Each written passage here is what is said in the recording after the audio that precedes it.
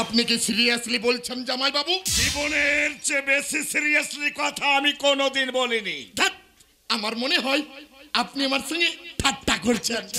তোমার সঙ্গে ঠাট্টা করার মতো সময় বা সাধ কোনোটাই আমার নেই।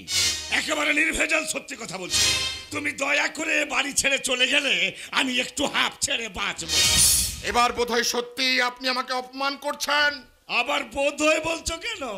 আমি সত্যিই তোমাকে অপমান করছি শালা বাবু। এটা কিন্তু বাড়াবাড়ি হয়ে যাচ্ছে জামাই বাবু।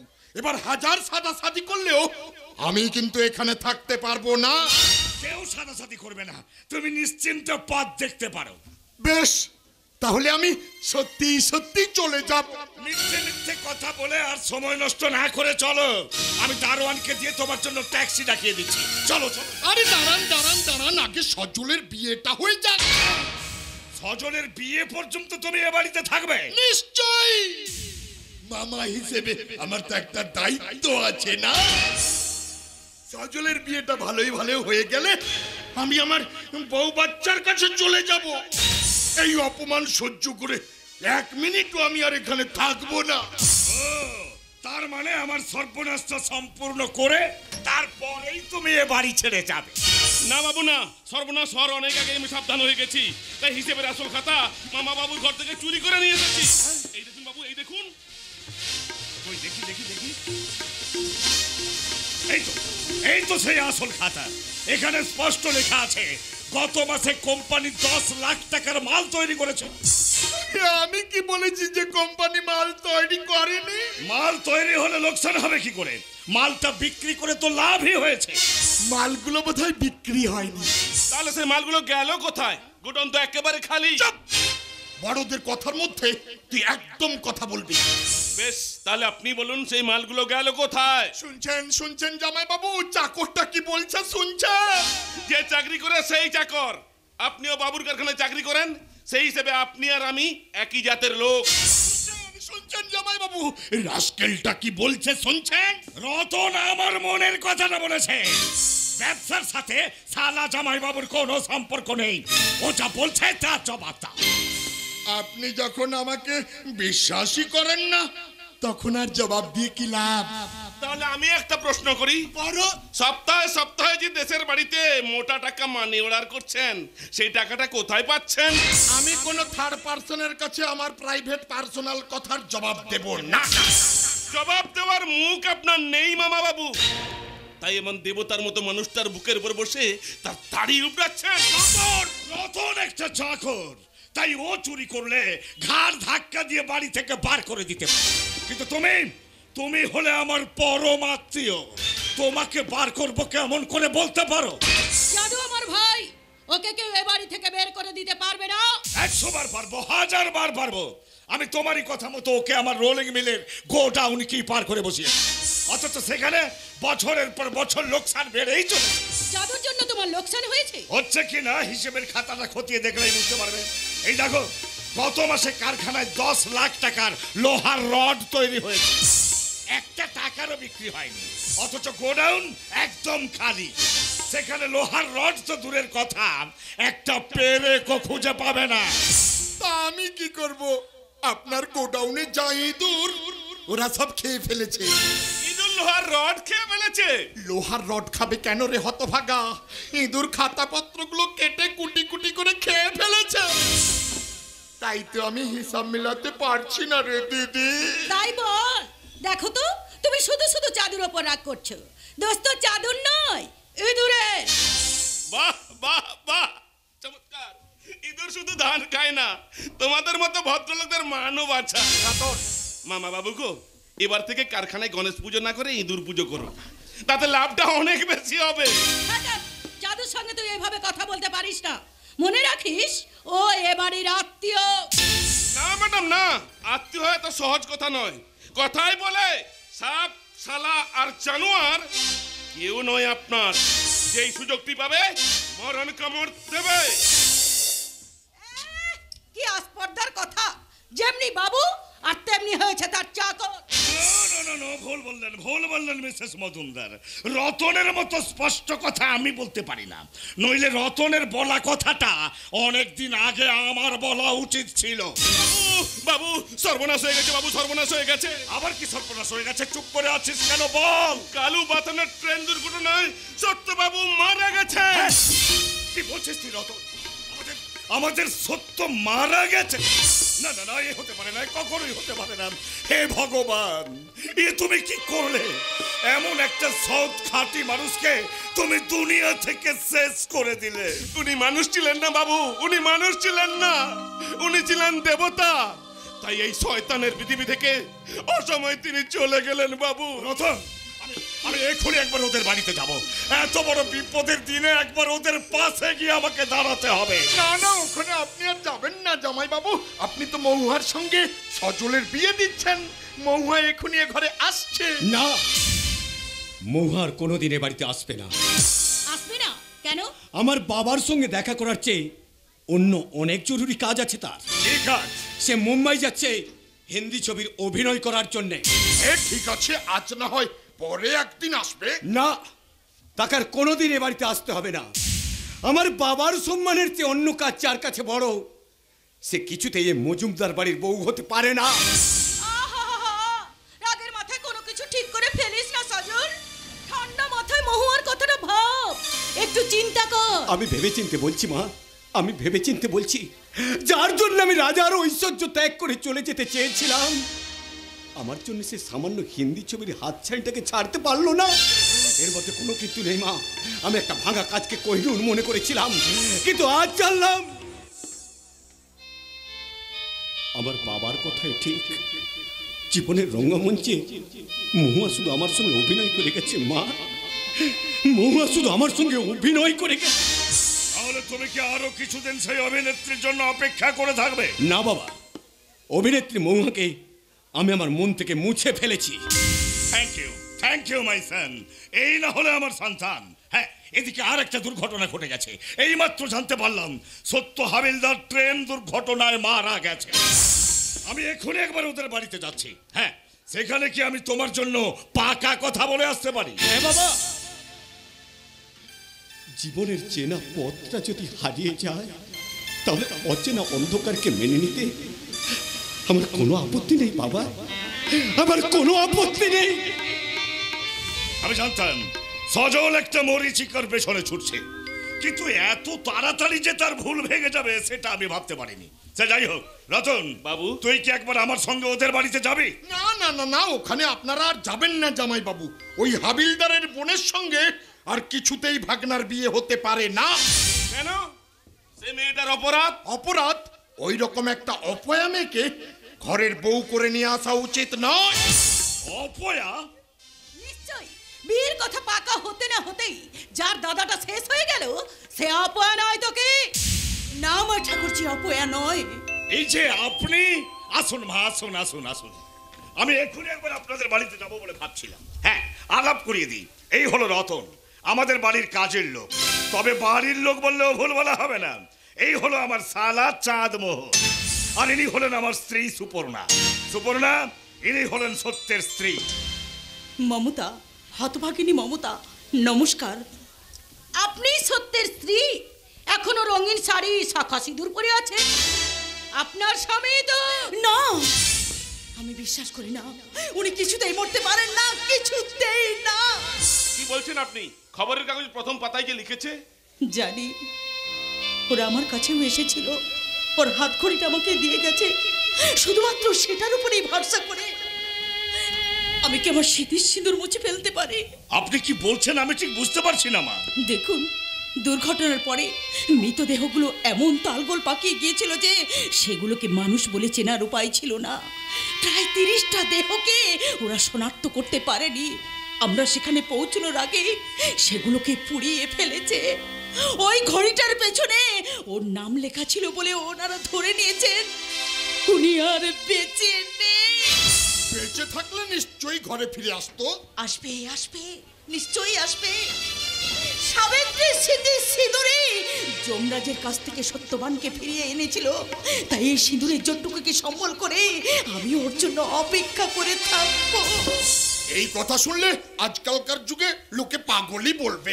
যা খুশি বলুক, তবু আমি শাস্ত্র মতে ওর জন্য 12 বছর অপেক্ষা করব।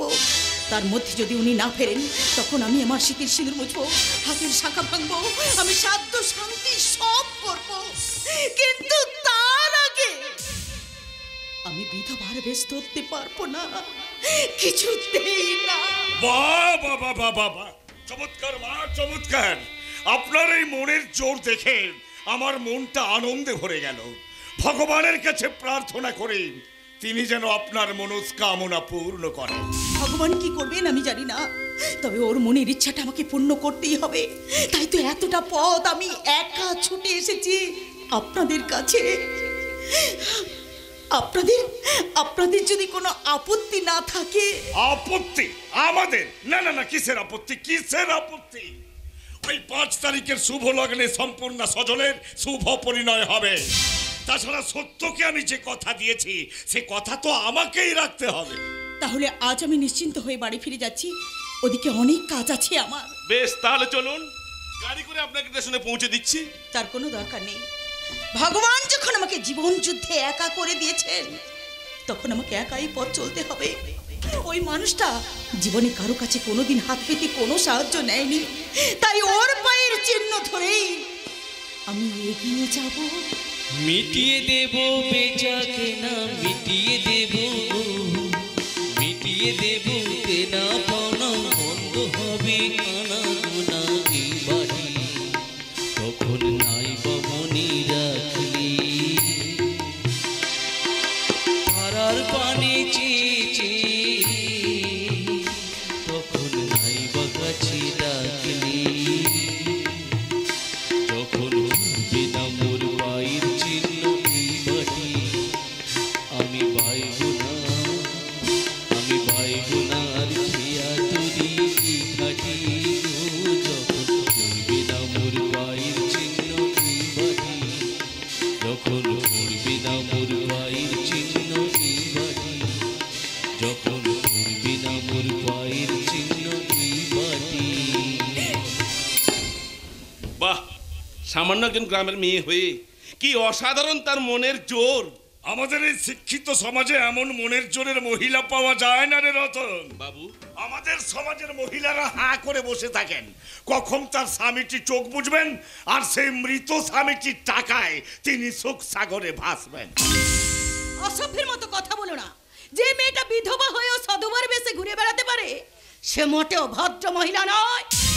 কাউকে ভদ্র নয় বলাটা মোটেই ভদ্রতার পরিচয় নয়। কি বললে? ঠিকই বলেছে। 2 পাতা ইংরেজি পড়লেই মানুষ কখনো ভদ্রলোক হতে পারে না। ঠাকুর রামকৃষ্ণদেব তোমাদের মতো লেখাপড়া করেননি, তবু গাদা গাদা শিক্ষিত ভদ্রলোক দুবেলা তার ছবিতে মাথা ঠেকা। তোমরা যা খুশি বলো না কেন, ওই রকম একটা গরিব গাইয়া ফ্যামিলির মেয়ের সঙ্গে আমি কিছুতেই আমার ছেলের বিয়ে দেব না। গায়ের মেয়ে তো কি হয়েছে, মেয়েটি শিক্ষিতা সুন্দরী। থামুন জামাই বাবু, থামুন। আপনার চয়েস আমার জানা হয়ে গেছে। হ্যাঁ, সে তো তোমার জানা থাকবেই, কারণ আমি নিজেই যে চয়েস করে তোমার দিদিকে বাড়িতে নিয়ে এসেছিলাম। না না না না, আপনি নিয়ে আসেননি, আমরাই আপনাকে চয়েস করেছিলাম। হ্যাঁ, তোমরা আমাকে চয়েস করেছিলে শুধু চুষে চুষে খাওয়ার জন্য। আর এখন চুষে খাওয়া তো দূরের কথা, চিবিয়ে দাঁত বসানো যাচ্ছে না, তাই না? রতন, রতন, জাদুর সঙ্গে এভাবে কথা বলতে তোর লজ্জা করে না? না ম্যাডাম, না, বরং এই মানুষটাকে এবারই রাত্রি বলে ভাবতে আমার লজ্জা করে। লজ্জা। রতন, রতন সত্যি কথা সোজাসুজি বলতে শিখেছে। তোমাদের মতো সেই কথার ছুরিতে এই রতন কোনোদিন মিছরি মাখাতে পারবে না, কোনোদিনই না। বাহ, চমৎকার। সামনে দাঁড়িয়ে কাজের লোককে দি আমাকে জাদুকে অপমান করছো, বাড়ির চাকরকে কি সুন্দর শিক্ষাটা দিচ্ছ। নো, ভুল বললেন মিসেস মজুমদার, শিক্ষাটা এখনো শেষ হয়নি। আর সেটা যেদিন শেষ হবে সেদিন শুধু রতনের ম্যাডাম নয়, ওই সজলের মায়ের পরিচয় দিতেও লজ্জা পাবে। লজ্জা। অসভ্য, আনকালচার, জঙ্গলি, অমানুষ। চুপ কর। তুই নিজে কি আমিও হ্যাঁ ঠিক তাই, একটা কাজও ঠিক মতো করতে পারিস না। বলি মহুয়াকে কি বলেছিস? কেন সেই সময় মুম্বাই চলে গেল? মুম্বাই যাবে কেন রে দিদি? মহুয়া তো কলকাতায় বসে আছে। সজল বিয়ের জন্য খেপে উঠেছিল, তাই মুম্বাই যাবার ঢপ দিয়েছে। এখন কি হবে? এখন তো এ বিয়ে আটকানো যাবে না। হোক বিয়ে হোক, তারপর মহুয়াকে মাঠে নামাবো। ফুলশয্যার ফিতা কাটার আগে মহুয়া সজলের কানে গীতা পাঠ শুরু করবে, আর তারপর শুরু হবে ঘর ভাঙার খেলা। সজলকে তার বাবার স্নেহের সিংহাসন থেকে টেনে নামিয়ে মজুমদার বাড়িতে রাজত্ব করবি তুই। আমি তোর ভাই এই চাঁদমোহন পাল ঠুকেছে সোচ হয়ে, বেরোবো সোজা ফাল।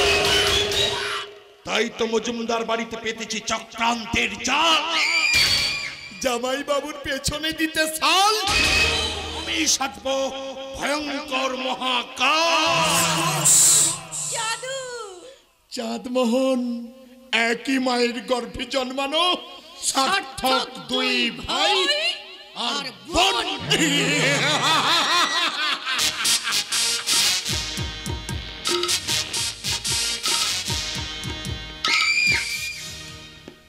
না না না, আর এক মুহূর্ত এ বাড়িতে আমি থাকবো না। আজই এ বাড়ি ছেড়ে আমি চলে যাবো। রাগ করিস না সকাল, কথা শোন। বাড়িতে এত বড় একটা দুর্ঘটনা ঘটে গেছে, এই সময় তোর বাড়ি ছেড়ে যাওয়া উচিত নয়। তুমি থামো। একটা বিধবা মেয়ে মানুষ আজ 1 মাস হলো শাঁখা সিঁদুর পরে ঘুরে বেড়াচ্ছে, এটা কি উচিত কাজ হচ্ছে? সুখে দুঃখে বৌমার হয়তো মাথা ঠিক নেই। ইস, চোখ যেন উঠলে উঠেছে, আজ যেন কারোর স্বামী মারা যায়নি। উনি এ জগতে একাই বিধবা হয়েছেন। আস্তে বল, কেউ শুনতে পাক, পাবে। শুনতে পাক। আমি কারোর খাই না পরি যে সত্যি কথা বলতে ভয় পাবো। বৌদিকে ওই সাজে দেখে পাড়া প্রতিবেশী কি ভাববে বলো তো? এরপর সম্পূর্ণ আর বিয়ে দিতে পারবে? আমিও তো সেই ভয়েই মরছি। আজকেও দেখলাম সেজে গুজে যেন কোথায় বেরিয়ে গেল। সন্দেহ এলো, এখনো বাড়ি ফেরার নাম নেই। তুমি ওকে কিছু বলছো না কেন মা? আমি বললে কেউ শুনবে? সত্য মারা যাওয়ার পর থেকে ওর তেজ বেড়েই উঠেছে। মুখের ওপর চ্যাটাং চ্যাটাং করে কথা বলে। তবু তোমার বলা উচিত, এতই যদি সদবা সাজার শখ, তাহলে শাঁখা সিঁদুর পরে বাড়িতে বসে থাকুক। ওই বাইরে গিয়ে ঢলানি করে চলবে না। বড় বৌদি বাইরে না গেলে তোর এই বোনের বিয়েটা কি করে হবে রে ছোটদাই? কেন বাড়িতে কি আর লোক নেই? তাদের বুঝি বিয়ের চিন্তা নেই? আমি তো 50,000 টাকা দেবো আগেই বলেছি। আজকাল 50,000 টাকায় একটা পুতুলের বিয়ে হয় না ছোটদা? আমরা না হয় তোর ওই ভিখারির মতো বিয়ে দেবো। তবু একজন বিধবা মেয়ে মানুষ সদবা সেজে বাড়ির বাইরে গিয়ে মাঝ রাত্রি পর্যন্ত থেকে টাকা রোজগার করে নিয়ে আসবে, আর সেই নোংরা টাকায় তোর বিয়ে দিতে হবে। ওই বড় বৌদির নামে নোংরা কথা বললে তোর জিভ খসে পড়বে। ওই দেবীর রঙে কলঙ্কের কালি মাখানোর চেষ্টা করলে এই সংসারটা চোরা বালিতে তলিয়ে যাবে। যে নিজের হাতে নিজের মুখে কালি মাখায়, তার হয়ে তুই ওকালতি করিস না। আমরা যেন আর বিধবা হইনি, শক্তাপ বুঝি ওর একার। যে গেছে সে তোমার নিজের ছেলে।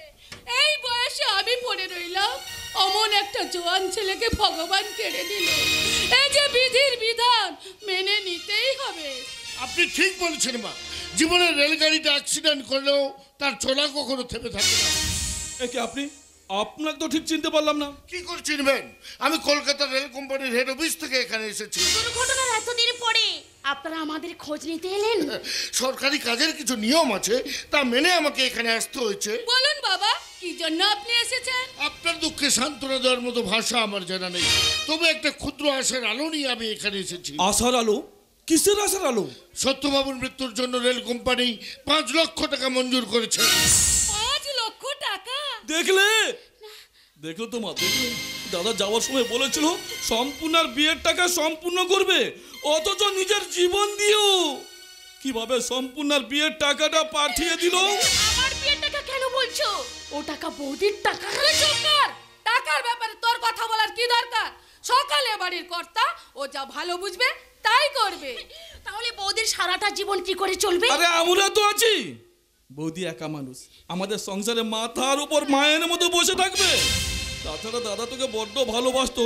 ওই টাকাটা যদি তোর বিয়েতে খরচা না করি, তাহলে দাদার আত্মা যে ভীষণ কষ্ট পাবে।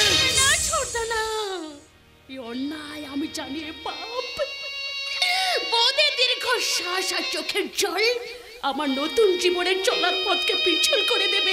আমার বিয়ের কোনো দরকার নেই, তোমরা ওই বাড়িতে গিয়ে বিয়ে ভেঙে দিয়ে এসো। তাহলে বৌদির শেষ সম্বল ওই সরকারি টাকায় আমাদের কাউকে হাত দিতে হবে না, আমাদের কাউকে হাত দিতে হবে না। ঠিক আছে, আগে টাকাটা তো হাতে পাই। দিন বাবা, টাকাগুলো দিন। তার আগে এই কাগজে সই করতে হবে।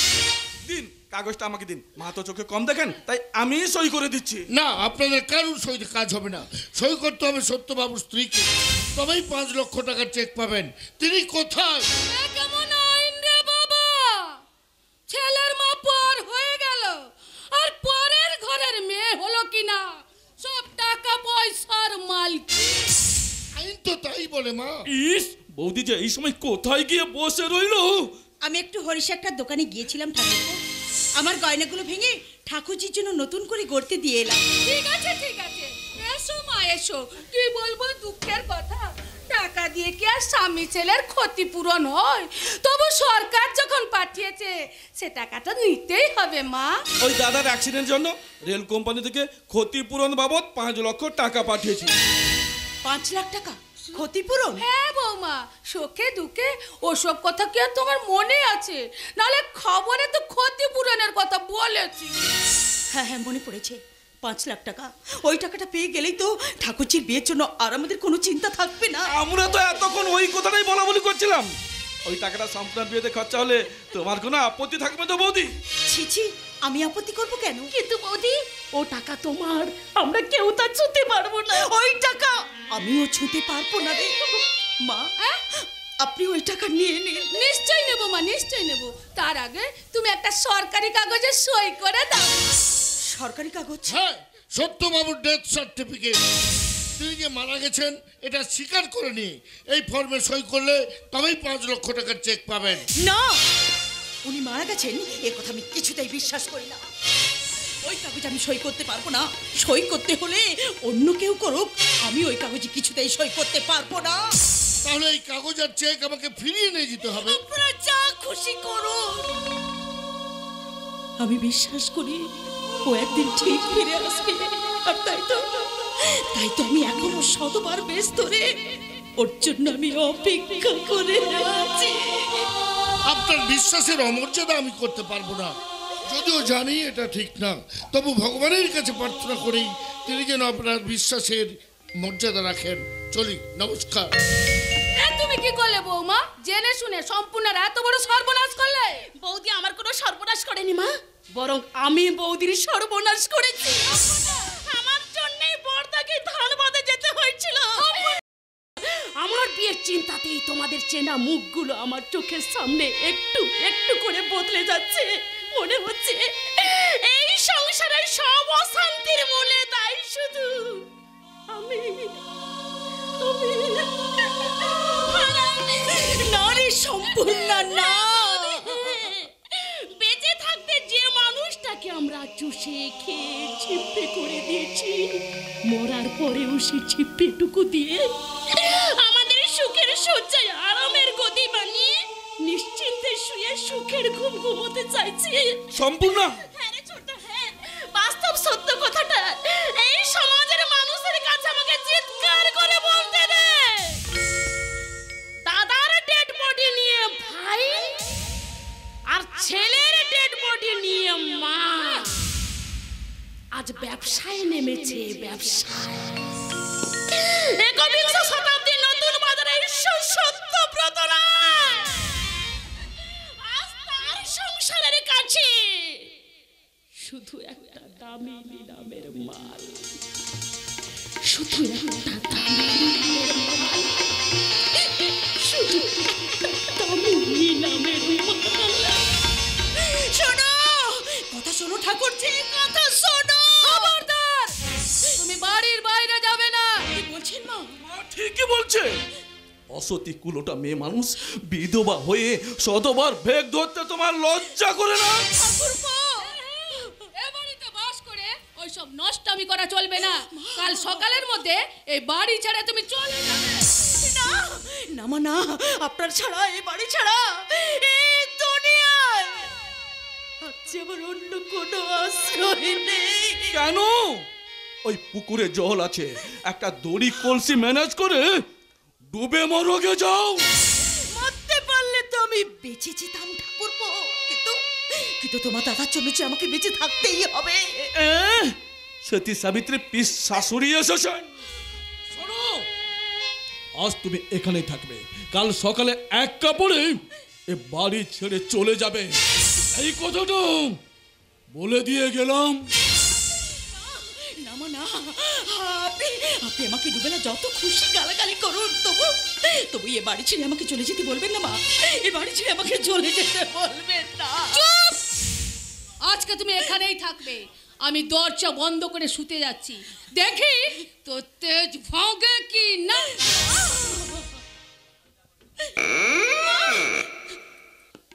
মা শুনুন, মা শুনুন, দরজা বন্ধ করবেন না। ওর ছবিটা আমাকে নিয়ে আসতে দিন। রোজ রাতে ওই ছবিতে মাথা না ঠেকালে আমি যে আমার বেঁচে থাকার জোর পাই না মা, আমি যে আমার বেঁচে থাকার জোর পাই না। দরজা খুলুন মা, দরজা খুলুন, দরজা খুলুন। ওভাবে কি শেষ আশ্রয় তার শ্বশুরের ভিটে। স্বামীর ঘর ছেড়ে আমি কোথায় যাব মা, আমি কোথায় যাব? দরজা খুলুন মা, দরজা খুলুন, দরজা খুলুন। আধারে যদি হারিয়ে যাব, আলোর স্বপ্ন কেন দেখালে? সবই তো বোঝো, সবই তো জানো, তবু কেন থাকো তুমি আড়ালে? সবই তো বোঝো, সবই তো জানো, তবু কেন থাকো তুমি আড়ালে?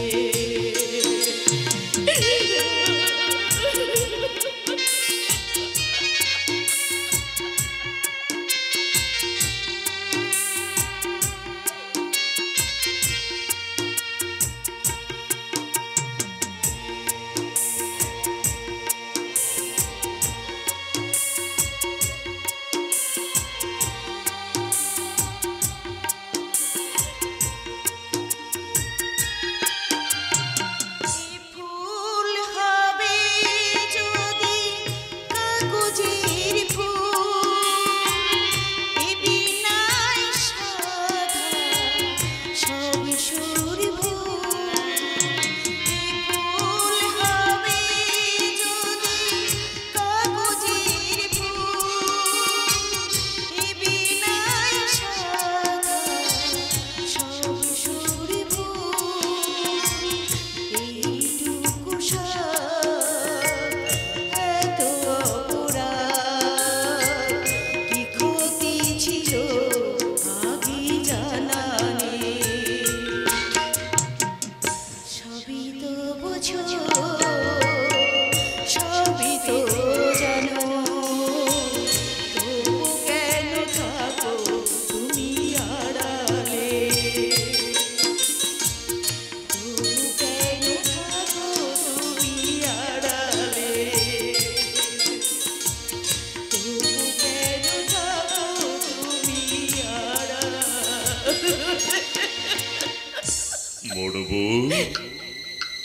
কে তুমি? তুমি এসেছো?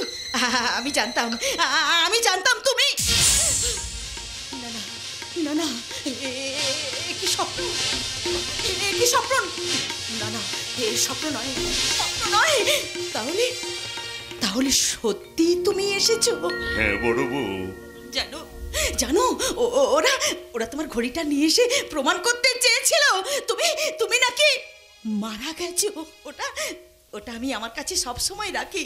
দেখি দেখি তোমার বাঁ হাতটা, আমি তোমাকে আগে এই ঘড়িটা পরিয়ে দিই। দেখি দেখি তোমার বাঁ হাতটা, দেখি।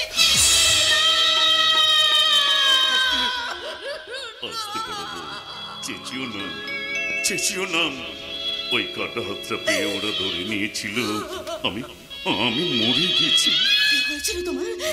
এতদিন তুমি কোথায় ছিলে? কলকাতার এক হাসপাতালে।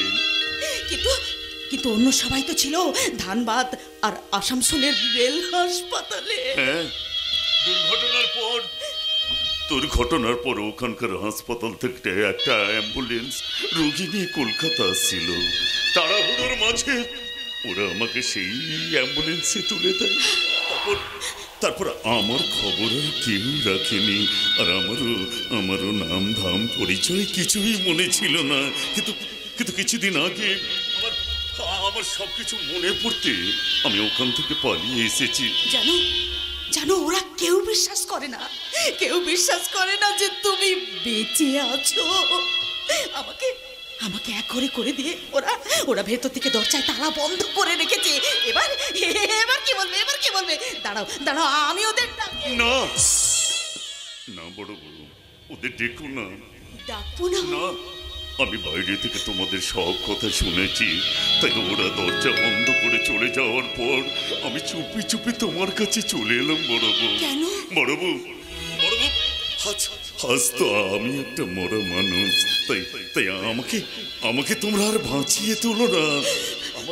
আমার ডেথ সার্টিফিকেট সই করে ওই টাকাটা তোমরা নিয়ে নাও। কি বলছো তুমি? আমি ঠিকই বলছি। ভগবান যখন এই দুনিয়ার খাতা থেকে আমার নামটা কেটে বাদ দিয়ে দিয়েছে, তখন তাই হোক, আমার ডেথ সার্টিফিকেটে সই করে ওই টাকাগুলো সব তোমরা নিয়ে নাও, নিয়ে নাও। না, কখনো হতে পারে না। হতে পারে বড় বউ, তা নাহলে আমার ছোট্ট বোন সম্পূর্ণার যে আর কোনোদিন বিয়ে হবে না। কেন হবে না? তুমি যখন একবার ফিরে এসেছো। কে ফিরে এসেছে বড় বউ? কে ফিরে এসেছে? একটা অক্ষম বিকলাঙ্গ মানুষ, যারা একটা হাত নেই, পায়েও ভালো জোর পাই না। তাই আমাকে দিয়ে তোমাদের আর কোনো উপকার হবে না বড় বউ। কিন্তু ওই টাকাটা পেলে সম্পূর্ণ নতুন জীবন পাবে। কি পাগলের মতো কথা বলছো? একটা মিথ্যাকে আশ্রয় করে আমরা টাকা নেব? তুমি তো জীবনে কোনোদিন কোনো বেআইনি কাজ করোনি। এটাও বেআইনি কাজ নয় বড় বউ, এটাও বেআইনি কাজ নয়। সারা জীবন উপরওয়ালার আদেশ মেনে কাজ করে এসেছি। সরকারি আদেশে আজ আমি মৃত, তাই এই আদেশটাকেও আমি মাথা পেতে নিলাম। হয় বড় বউ, হয়। অন্তত সম্পূর্ণার মুখের দিকে তাকিয়ে তুমি আমার এই কথাটা মেনে নাও বড় বউ। বড় বউ, সারা জীবন তো এই সংসারের জন্য আমি কিছু করতে পারিনি, তাই এইটুকু করার সুযোগ তুমি আমাকে দাও বড় বউ। না,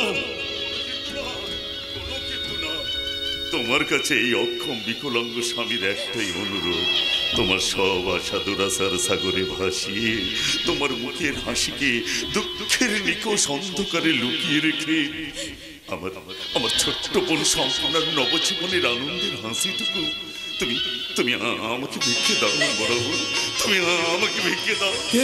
কে ওখানে? আমার মনে হয় ওরা আসছে, আমি এখন যাই বড় বউ, আমি এখন যাই। শোনো না বড় বউ, আমি আবার পরে আসবো। একটু দাঁড়াও। তুমি আমার স্বামী, আমার দেবতা, ইহকালের সুখ, পরকালের পুণ্য। তাই তোমার কথা শুনে আমাকে যদি ওই নরকেও যেতে হয়, তাহলে সেই হবে আমার স্বর্গের ঠিকানা। তাই শাখা সিঁদুর বিসর্জন দেওয়ার আগে আমাকে একটা প্রণাম করতে দাও গো। আমাকে একটা প্রণাম করতে দাও। আমাকে একটা প্রণাম। আশীর্বাদ করি তোমার এই মনের জোরটা কোনোদিন হারিয়ে না যায় বড় বড়, তোমার এই মনের জোরটা যেন কোনোদিন হারিয়ে না যায়। কে কথা বলছে? কে ওখানে? আমি এখন যাই বড় বউ, আমি এখন যাই। ওগো তুমি কেঁদো না মন করে, ফেলো না চোখের জল, জীবন অঙ্কটা মেলাতে গিয়ে সব কিছু হয়ে গেল নিষ্ফল, সব কিছু হয়ে গেল নিষ্ফল। কেঁদো না অমন করে, পেল না চোখের জল, জীবন অঙ্কটা মেলাতে গিয়ে সব কিছু হয়ে গেল সব কিছু হয়ে গেল সব কিছু হয়ে গেল।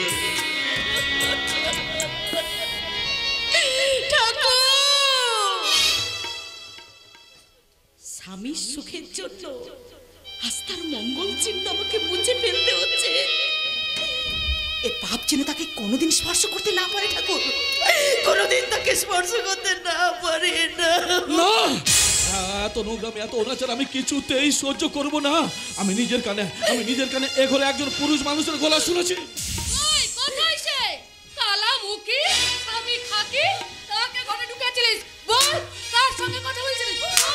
বল বলছি, বল।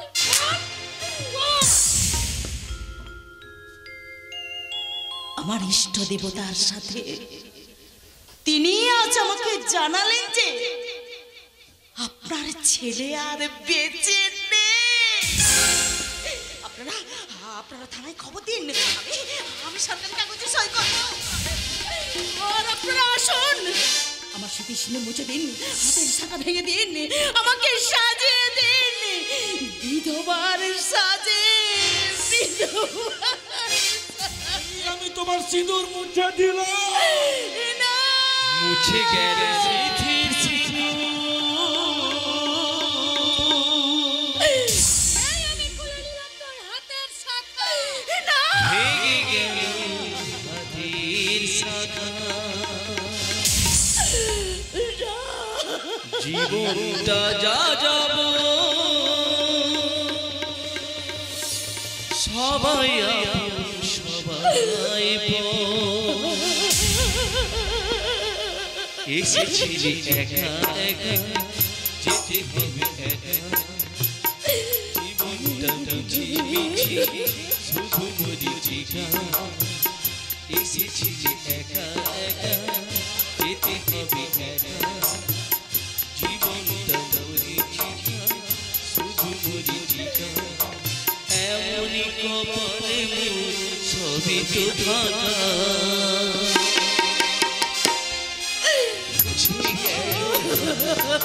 সিধি সিধি ভেঙে গেল হাতে শাখা, মুছে গেল সিধি সিধি ভেঙে গেল হাতে শাখা।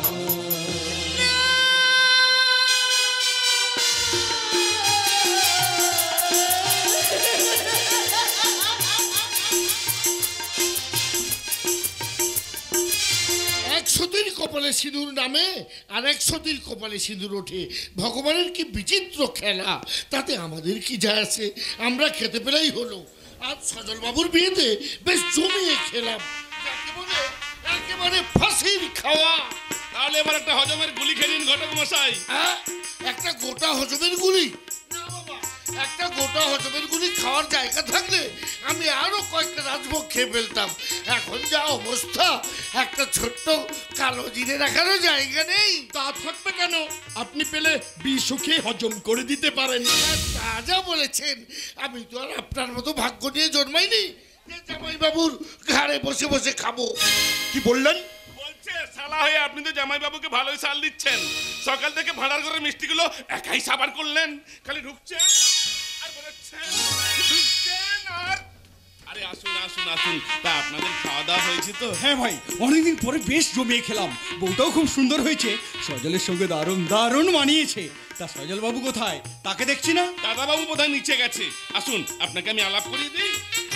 ইনি হচ্ছেন ঘটক মশাই, আর ইনি বাবুর শালা মামা বাবু। নমস্কার নমস্কার। আর উনি হচ্ছেন বড়াই চৌধুরী, আমার ছবির হিরো। ইনি হিরো? সর্বনাশ! আরে এই জন্য আজকাল বাংলা ছবি কেউ দেখে না, সব নেটা নেটা হিরো। কি করব বলুন, পাঠান কিংবা কাবুলিওয়ালা তো হবে না। তা না হলেও বেশ লম্বা চওড়া স্বাস্থ্যবান হিরো হওয়া উচিত। তেমন বাঙালি ফিগার পাবো কোথায়? কেন আপনার চোখের সামনেই তো আছে, কষ্ট করে খুঁজে নিন। চোখের সামনে কে? বুঝতে পারলেন না? না। বাবুর শালা এই মামা বাবু, চাঁদ মুখের চাঁদমোহন বাবু। আপনি কেন আমাকে পছন্দ হচ্ছে না? ভালো করে চেয়ে দেখুন, আমার চেহারার সঙ্গে অক্ষয় কুমারেরও মিল আছে। আরেকজনের সঙ্গে মিল আছে। কার সঙ্গে বলুন তো? ওই মোল্লার হাতে সনাতনের সঙ্গে। মোল্লাহাটে সনাতন, সে আবার কে? বুঝতে পারলেন না? না। বাবুর শালা বাবুর গুরুদেব, নাম করা পকেট মার, এখন জেলে বসবাস করছে। রতন, সজলকে বলে দিও তার বউ ভাতের অনুষ্ঠানে আমরা খুব এনজয় করলাম। চলি। রতন, জামাই বাবুর আশকারা পেয়ে তুই বড্ড বার বেড়ে গেছিস। দিদিকে দিয়ে তোকে যদি জব্দ করতে না পারি, বিথাই আমার নাম চাঁদমোহন। এই যে চাঁদ বদন, বলি তোমার দিদি কোথায়? আবার নামটা ভুল করলেন। আমার নাম চাঁদ বদন নয়, চাঁদমোহন। দিদি বিউটি পার্লারে গেছে সাজুগুজু করতে। বাহ বাহ বাহ বাহ, চমৎকার চমৎকার। এদিকে বাড়িতে ছেলের বউ ভাত, আর তার মা রাত 10টা পর্যন্ত বসে আছেন বিউটি পার্লারে। বাহ বাহ, লজ্জা ঘেন্নার আর বাকি রইল না। লজ্জার কি আছে? ছেলের বিয়ে, একটু সাজগোজ করতে পারবো না? এই দেখো না গো, দেখো না গো আমাকে কেমন মানাচ্ছে। আমি তো মুখের ওপর তখন স্পষ্ট কথা বলতে পারি না। তাহলে রতন বাবু, তুই বলে দে তো। বাবু, ম্যাডাম যা স্নো পাউডার মেখেছেন, মনে হচ্ছে যেন ছাই মাখানো কই মাছ। হ্যাঁ, ঠিকই বলেছে। তুমি ওদিকে ওই সমস্ত ছাই ভাৎস মাখছো, আর এদিকে বৌমার বাপের বাড়ির লোকেরা তোমার জন্য অপেক্ষা করে চলে গেল। ওরা যে কি ভাবলো কে জানে। যা খুশি ভাবো, ওই রকম ছোট্ট গাইয়া ফ্যামিলির মেয়ের সঙ্গে আমার মিশতেব্য এই গেছে। আচ্ছা, তুমি এখনো ব্যাপারটাকে ঠিক মেনে নিতে পারছো না কেন বলো তো? আচ্ছা জামাই বাবু, আপনার 8 নাম্বার পায়ের জন্য আমি যদি 6 নাম্বার জুতো নিয়ে আসি, আপনি কি তাতে পা গলাতে পারবেন? তা হয়তো পারবো না, তবে জুতো জোড়াটা আমি যত্ন করে তুলে রেখে দেবো ভবিষ্যতে কাউকে জুতো পেটা করার জন্য। জুতো পেটা? আচ্ছা জামাই বাবু, কাকে জুতো পেটা করবে বলতো? বুঝতে পারলেন না মামা বাবু? বাবু জুতো পেটা করবে তার মাননীয় শ্বশুর মশাইয়ের একমাত্র ছেলেকে। জামাই বাবুর মাননীয় শ্বশুর মশাইয়ের একমাত্র ছেলে? আরে আরে সেটা আমি। আজ আমি তোর গলা টিপে মারবো। মারপিট পরে করিস, আগে আমি যা বলছি মন দিয়ে শোন। আমি মোটেও বিউটি পার্লারে যাইনি। তাহলে কোথায় গিয়েছিলি? আমি মহুয়ার বাড়ি গিয়েছিলাম, সবকিছু বুঝিয়ে দিয়ে এসেছি। ও এক্ষুনি এইখানে আসবে। এখানে আসবে কেন? সজলকে এখান থেকে বের করে নিয়ে গিয়ে অন্তত 3-4 ঘন্টার জন্য আটকে রাখবে।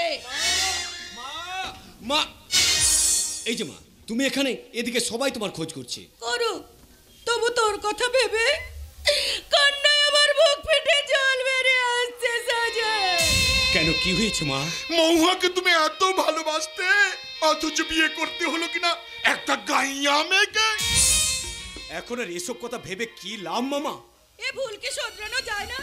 তোর বাবার খেয়াল মেটাতে তুই কেন তোর নিজের জীবনটাকে বলে দিবি? আর কি করতে পারি মা?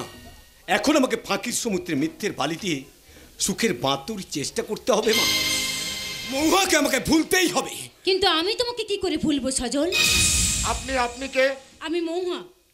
তুমি এতদিনে এলে মা, এদিকে যে সজলের মহা সর্বনাশ হয়ে গেল। সবই আমার ভাগ্য। এই দুনিয়ায় কে আমাকে একটু বোঝার চেষ্টাই করলো না। আমি থাক থাক, তুমি সজলের সঙ্গে কথা বলো, আমরা ভেতরে যাই। চাঁদু, চলে আয়। আপনারা কথা বলুন, আমি দেখছি যাতে এদিকে কেউ না আসতে পারে। সজল, আমি তোমার কথা রেখেছি, আমি অভিনয় ছেড়ে দিয়েছি। এখন আর এসব কথা শুনে কি লাভ? জানি জানি তুমি আমার উপর রাগ করে আছো। সেদিন তোমার কথায় রাজি হতে পারিনি, তার কারণ আমার ভালোবাসা কতটা গভীর সেটা পরীক্ষা করছিলাম। আর যখন বুঝলাম তোমাকে ছেড়ে আমি বাঁচবো না, তখন সব কিছু ফেলে আমি তোমার কাছে ছুটে এসেছি। তাই যদি হয় তাহলে মুম্বাই না গিয়ে পরদিন আমার বাবার সঙ্গে দেখা করতে এলে না কেন?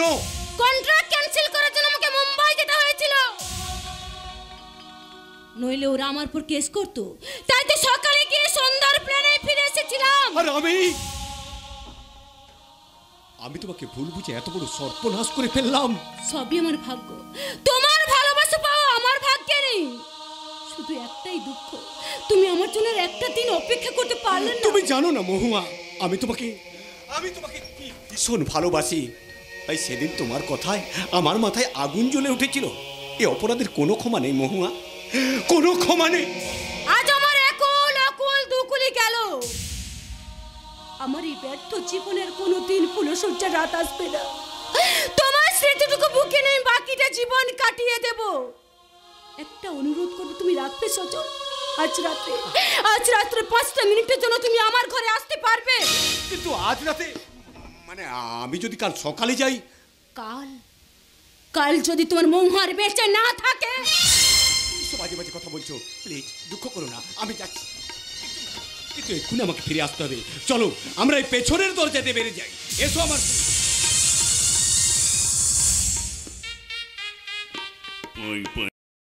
মেনশন থেকে বেরিয়ে যাচ্ছে নিমন্ত্রিত অতিথিদের গাড়ি।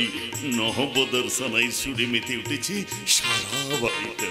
ফুল আর আলোর রোশনাই দিয়ে সাজানো হয়েছে সম্পূর্ণ সজলের ফুলসজ্জার ঘর। কতদিন পর হতভাগী বোনটা আমার সুখের মুখ দেখতে চলেছে। কিন্তু আমি এমনই এক হতভাগ্য দাদা, যে হতভাগীর সামনে গিয়ে আশীর্বাদ করার সাহস বা ক্ষমতা কোনোটাই আজ আমার নেই। তাই তো দূর থেকে বাবার দেওয়া মমতাকে এই আশীর্বাদের উপর কয়েনটা কারোর হাত দিয়ে পাঠিয়ে দিয়ে দূর থেকে হতভাগীকে আশীর্বাদ করে অন্ধকারের মানুষ আমি আবার অন্ধকারে ফিরে যাব। এখানে কে রে? চোর চোর দিদি জামাই বাবু চোর ঢুকেছে ঘরে। না আপনারা বিশ্বাস করুন, আমি চোর নই।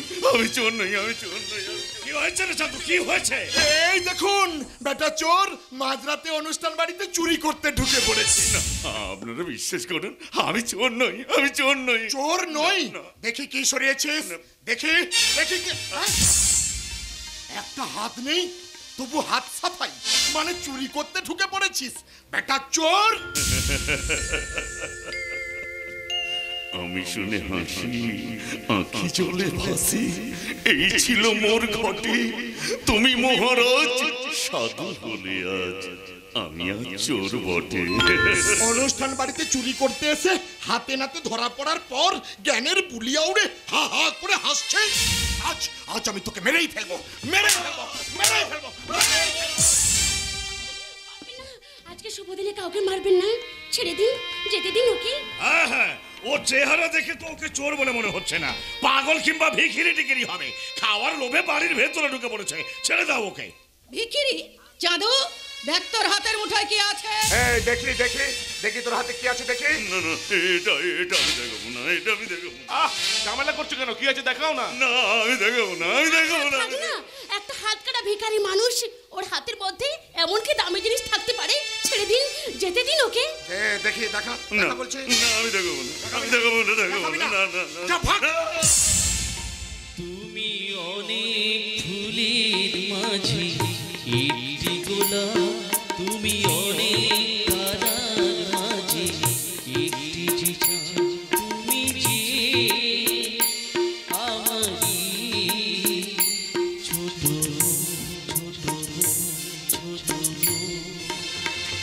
ভগবন্তী আমায় ছেড়ে যেও না।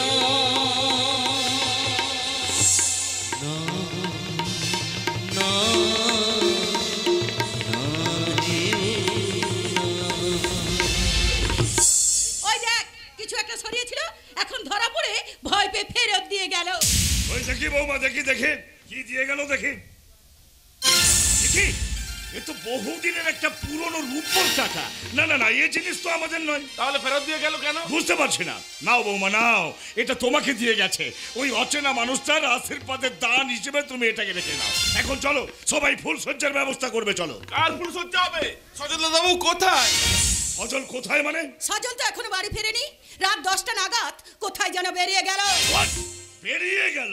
ফুলসজ্জার রাতে নতুন বরকে বাড়ি ছেড়ে বেরোতে নেই, ওটা ও জানে না? কোথায় গেছে? মহুয়ার সঙ্গে বেরোতে দেখেছি। মহুয়ার সঙ্গে বেরোতে দেখেও তুমি ওকে বাধা দিলে না। বাধা দিয়ে কি লাভ? জোর করে বিয়ে দিলে এমনি হয়? সারেব, কেউ তাকে জোর করেনি, সে নিজেই এ বিয়েতে মত দিয়েছে। ছি ছি ছি, রাত 1টা বাজতে চললো, এখনো বাড়ি ফেরার নাম নেই।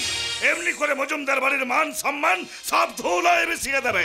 মজুমদার বাড়ির মান সম্মানের চিন্তা থাকলে এ বিয়ে তুমি কিছুতেই হতে দিতে না। All your time, not a single word, একটা কথাও বলবে না। রতন বাবু, আমি এক্ষুনি মহুয়ার বাড়িতে যাব। যা যা, তুই ড্রাইভারকে গাড়ি বার করতে বল। গাড়ি আমি গ্যারেজে তুলে দিয়ে এসেছি বাবা। এই যে এতক্ষণে বাড়ি ফেরার কথা মনে পড়লো তোমার? বিবাহিত জীবনের প্রথম রাতে এই মেয়েটার কাছে কি পরিচয়টা তুমি তুলে ধরলে একবার ভাবতে পারো? বাবু, এখন এইসব কথা থাক, অনেক রাত হয়েছে, ফুলসজ্জার ব্যবস্থা করতে হবে। না না না না, ফুলসজ্জার ফুলগুলোকে ও নিজেই আজ 2 পায়ে মারিয়ে শেষ করে দিয়েছে। আস্তে কথা বলো, এটা ভদ্রলোকের বাড়ি। হ্যাঁ, এতদিন আমিও তাই জানতাম, কিন্তু আজকের এই ঘটনার পর যদি কাউকে ছোট লোক বলতে হয় সেটা শুধু আমি। Yes, এই সোমেশ্বর মজুমদার। ধন্যি মেয়ে তুমি, ওই আধপাগলা মানুষটাকে কি খাইয়ে বস করেছিলে কে জানে, কিন্তু তোমার খাঁচায় বন্দি হয়ে থেকে আমি সজলের জীবনটা কিছুতেই নষ্ট হতে দেব না, কিছুতেই না। ঘাবড়িও না সজল, ঘাবড়িও না, আমি তো আছি। কথায় বলে না, মামা ভাগনা যেখানে, সমস্যা নেই সেখানে। বিয়ে করেছো বলে তুমি তো তোমার দামি মাথাটা কারুর কাছে বিক্রি করে দাওনি। বৌদিমণি, আমার কিন্তু খুব খিদে পেয়েছে, দাদাবাবুকে নিয়ে ঘরে এসো, ফুলসজ্জার ঘরে ঢোকার আগে আমরা 3 জনে মিলে একসঙ্গে খাবো, কেমন? আমি খেয়ে এসেছি, তুমি খেয়ে শুয়ে পড়ো, আমি এ ঘরেই শুয়ে পড়ছি। আজ নিজের ঘরে থাকবার সম্পূর্ণ অধিকার আপনার আছে। শুধু অধিকার নয়, সেটাই হিন্দু ধর্মের নিয়ম। তারপরেও যদি আপনাকে অন্য ঘরে থাকতে হয়, তার আগে বলুন ওই মেয়েটাকে। আজকে রাতে তোমাকে আমি মিথ্যে কথা বলবো না। মহুয়া আমাকে ভালোবাসে, আমিও মহুয়াকে ভালোবাসি। তাহলে তাকে বিয়ে করলেন না কেন? তো একটা ব্যাপারে মহুয়াকে ভুল বুঝে বাবার কথাই রাজি হয়ে গেছিলাম, কিন্তু আজ জানলাম ও সম্পূর্ণ নির্দোষ। আর আমার কি দোষ বলুন? না, তোমার কোনো দোষ নেই, তবু আমার শিক্ষা, আমার বংশমর্যাদা আমাকে শিখিয়েছে ভালোবাসা ছাড়া কারোর দেহটাকে গ্রহণ করা সবচেয়ে বড় পাপ। তাই পরিপূর্ণ স্ত্রী হিসেবে তোমাকে গ্রহণ করার আমার কোনো অধিকার নেই। তার মানে একটা মিথ্যে পরিচয় নিয়ে সারাটা জীবন এখানে আমাকে পড়ে থাকতে হবে? এইভাবে অপমান করতে আপনার বিবেকে বাঁধল না? অপমান? অপমান নয়, অগ্নি সাক্ষী রেখে মন্ত্র পড়ে যাকে বিয়ে করেছেন সে কোনোদিন আপনার সত্যিকারের স্ত্রী হতে পারবে না। তবু সারাটা জীবন এই শাখা সিঁদুরের বোঝা বয়ে বেড়াতে হবে। এর চেয়ে বড় অপমান একটা মেয়ের জীবনে আর কি হতে পারে বলতে পারেন? তুমি শুধু তোমার নিজের কথাই ভাবছো। বলতে পারো আমি কি পেলাম জীবনে? মহুয়াকে আমি কোনোদিন স্পর্শ করিনি, করবো না। বিবাহিত স্ত্রী হয়েও তোমাকে স্বেচ্ছায় দূরে সরিয়ে রাখতে হবে। নিজের সুখ সাত স্বপ্নের কলা টিপে মেরে নিজের ভুলের প্রায়শ্চিত্ত করতে হবে। নিজেকে এর চেয়ে বড় শাস্তি আর কি দেব তুমি বলতে পারো? আপনি যদি পারো, তোমার মন থেকে ক্ষণিকের স্মৃতিটুকু মুছে ফেলে আমার অনিচ্ছাকৃত ভুলের জন্য তুমি আমাকে ক্ষমা করো। ক্ষমা? যার জীবনটাকে আজ আপনি একটা বিরাট প্রশ্ন করে তুলেছেন, সে আজ আপনার কথার কি উত্তর দেবে? শুধু এইটুকু বলতে পারি, স্ত্রী হিসাবে আপনাকে সুখী করাই কর্তব্য। তাই কোনোদিন স্ত্রী দাবি নেতার কোনো কাজে আমি বাধা দেব না। আপনি যেভাবে ইচ্ছে জীবন কাটাবেন, শুধু যেন এইটুকু জানতে পারি আমি নিজেকে বঞ্চনা করেও আপনাকে সুখী করতে পেরেছি। আপনাকে সুখী করতে গিয়ে এই দুঃখকে হাসি মুখে বরণ করে দিয়েছি।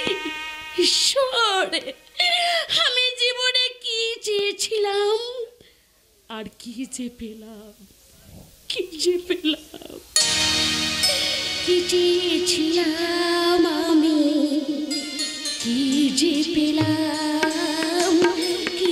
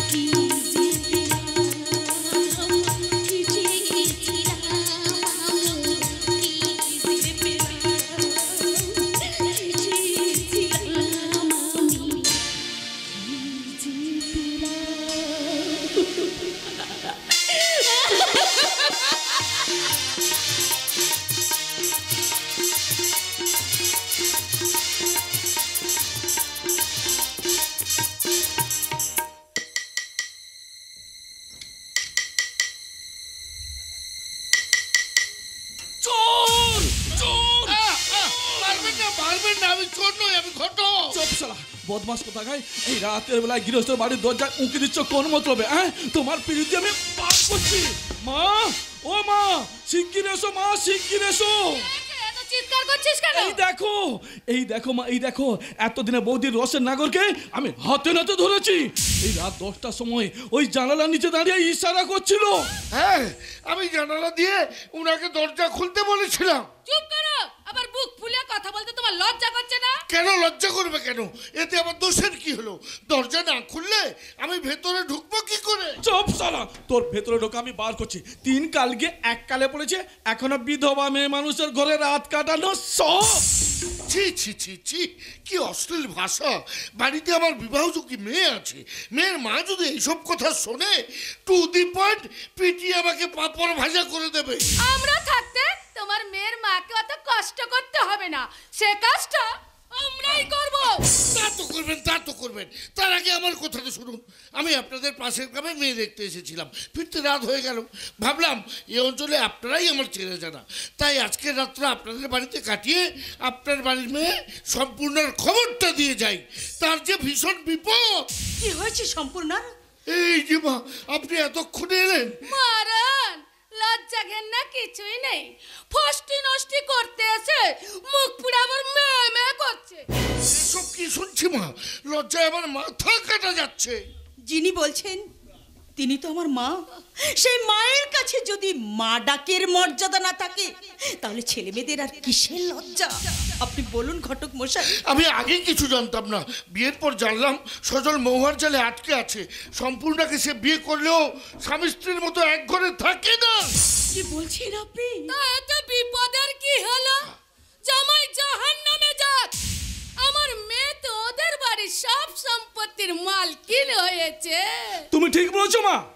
পুরুষ মানুষের অমন একটু একটু বাইরে টান থাকে, ওসব ধরতে নেই। দাদা, তুমি ওই খবরের ছুতো করে রাত দুপুরে এখানে ফষ্টি নষ্টি করতে এসেছো। কাকে কি বলছেন? আপনার বাড়ির বড় বৌমা যে সাক্ষাৎ মা লক্ষ্মী। লক্ষ্মীর ঝাঁপিতে যে আজ ঘুম ধরেছে ঘটক মশাই, তার পদ্ম ফুলের আসন পাকে ডুবে গেছে। কোজা করে রাতে বাসর জেগে বসে আছে, শুধু কাল পেঁচার দল। না মা না, আপনার মুখ থেকে আমি অমন কথা শুনতে চাই না। আমি এখন যাই। সে কি?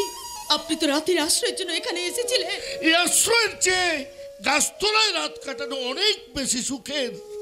আমি ঢের ঢের 2 নম্বরী মানুষ দেখেছি, এদের মতো 4 নম্বরী মানুষ এই প্রথম দেখলাম। 4 নম্বরী? হ্যাঁ, 4 নম্বরী। ঠাকুর রামকৃষ্ণদেব বলেছেন, আহম্মকের 4, ঘরের কথা যে করে বার। তোমরা হলে আহম্মকের 2-এ 2-এ 4, 4 নম্বরী। উনারা কেচ্ছা করবেন আর আমরা সে কথা বলতে পারবো না। ওসব কথা এখন থাক মা। আপনারা কেউ একবার কলকাতায় যান, ঠাকুরজির ব্যাপারে খোঁজ খবর নিন।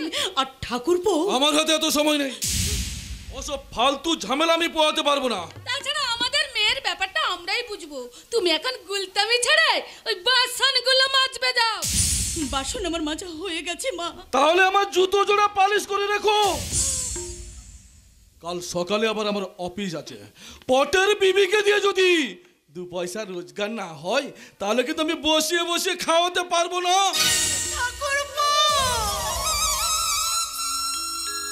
আজ তোমার দাদা নেই বলে তার মৃত্যুর ক্ষতিপূরণ বাবদ সরকারের সমস্ত টাকা স্বেচ্ছায় তোমাদের হাতে তুলে দিয়ে আজ আমি সর্বশান্ত হয়েছি বলে তুমি আমাকে খাওয়ার খোটা দিলে।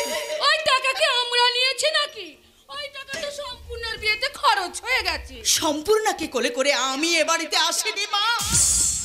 সম্পূর্ণ আপনার সন্তান। চুপ করো, ছোট মুখে বড় কথা বলবে না। এবার বুঝতে পারছো তো মা, বৌদির মুখে বড় বড় কথা আসে কি করে? কার সাহসে মুখে কথার ফুল ঝরি ঝরছে? ঠাকুরপো, তুমি আমাকে মিথ্যে বদনাম দিয়ে এ বাড়ি থেকে তাড়াতে চাইছো। মিথ্যে বদনাম দিচ্ছি? আমি বৌদির মাঝরাত্রিতে এ ঘরে একজন পুরুষ মানুষের গলা শুনেছি। ঠাকুরপো, তুমি চুপ করো, চুপ করো। কেন কেন চুপ করবে?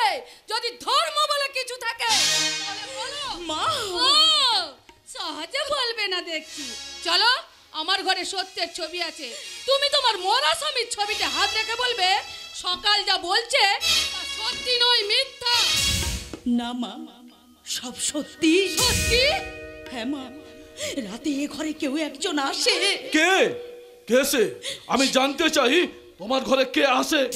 সে কথা আমি বলতে পারবো না, শুধু এইটুকু বলছি, যে আসে তাকে ফেরাবার সাধ্য আমার নেই। আমি যতদিন বাঁচবো তার জন্য সারা রাত আমি দরজা খুলে বসে থাকবো। হারামজাদি শয়তানি, এতদিনে তুই পাপের কথা স্বীকার করছিস, তোর মরণ হয় না কেন? তুই মর মর মর মর। এতে কিছু হবে না মা, তার চেয়ে ওর মুখটাকে তুমি উনুনের আগুনে পুড়িয়ে দাও, তাতে ওর রূপের ব্যবসা একেবারে বন্ধ হয়ে যাবে। না না না না না না, এই নষ্ট মেয়ে মানুষকে আর আমি এ ঘরে রাখবো না। বেরো বেরো বলছি, এই মুহূর্তে বাড়ি থেকে বেরিয়ে যাও। না মা না, এত বড় নিষ্ঠুর আপনি হবেন না। আপনি আপনি আমাকে যত খুশি মারুন, ঠাকুরপুর কথা মতো উনুনের জ্বলন্ত আগুনে আমার মুখটা পুড়িয়ে দিন, যাতে এই পোড়া মুখ এই সমাজে আমি আর দেখাতে না পারি। তবু আমার শেষ আশ্রয় স্বামী শ্বশুরের ভিড়ের দিকে দাঁড়িয়ে আমাকে নিরাশ্রয় করবেন না মা, আমাকে নিরাশ্রয় করবেন না, নিরাশ্রয় না করবেন না মা না, ওকে এখন তাড়িয়ে দিলে পাড়া প্রতিবেশী ভাববে আমরা ওই টাকাটা মেরে দেওয়ার জন্য এই কাজটা করেছি। তার চেয়ে ওর ওই বারান্দায় থাকার ব্যবস্থা করে ওর ঘরটা তুমি ভাড়া দিয়ে দাও, তাতে প্রতি মাসে তোমার হাতে কিছু টাকা আসবে। টাকা সেই ভালো সেই ভালো, বাইরের বারান্দায় পড়ে থাকলে সবার চোখের সামনে আর ফাস্টি নাস্তি করতে পারবে না। নেহাত আমরা ভালো মানুষ বলে তুই প্রাণে বেঁচে গেলি, তাহলে আমার সত্য যদি বেঁচে থাকতো তাহলে তোকে খুন করতো, খুন।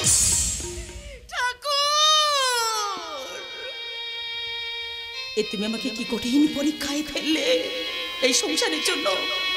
এই সংসারের জন্য আমি আমার স্মৃতি সিন্ধুকে বিসর্জন দিয়েছি, সব সুখ সাধ শেষ করেও আমি আমি সবার মুখে হাসি ফোটাতে চেয়েছি। তাহলে কান্নাটাই আমার পাওনা হলো কেন ঠাকুর? দিনান্তে একবার শুধু স্বামীর মুখটা দেখার আনন্দ থেকে কেন তুমি আমাকে বঞ্চিত করলে? কেন কেন কেন? এমনই ভাগ্য আমার মুছল ভেঙে দিলে হাতের শাখা,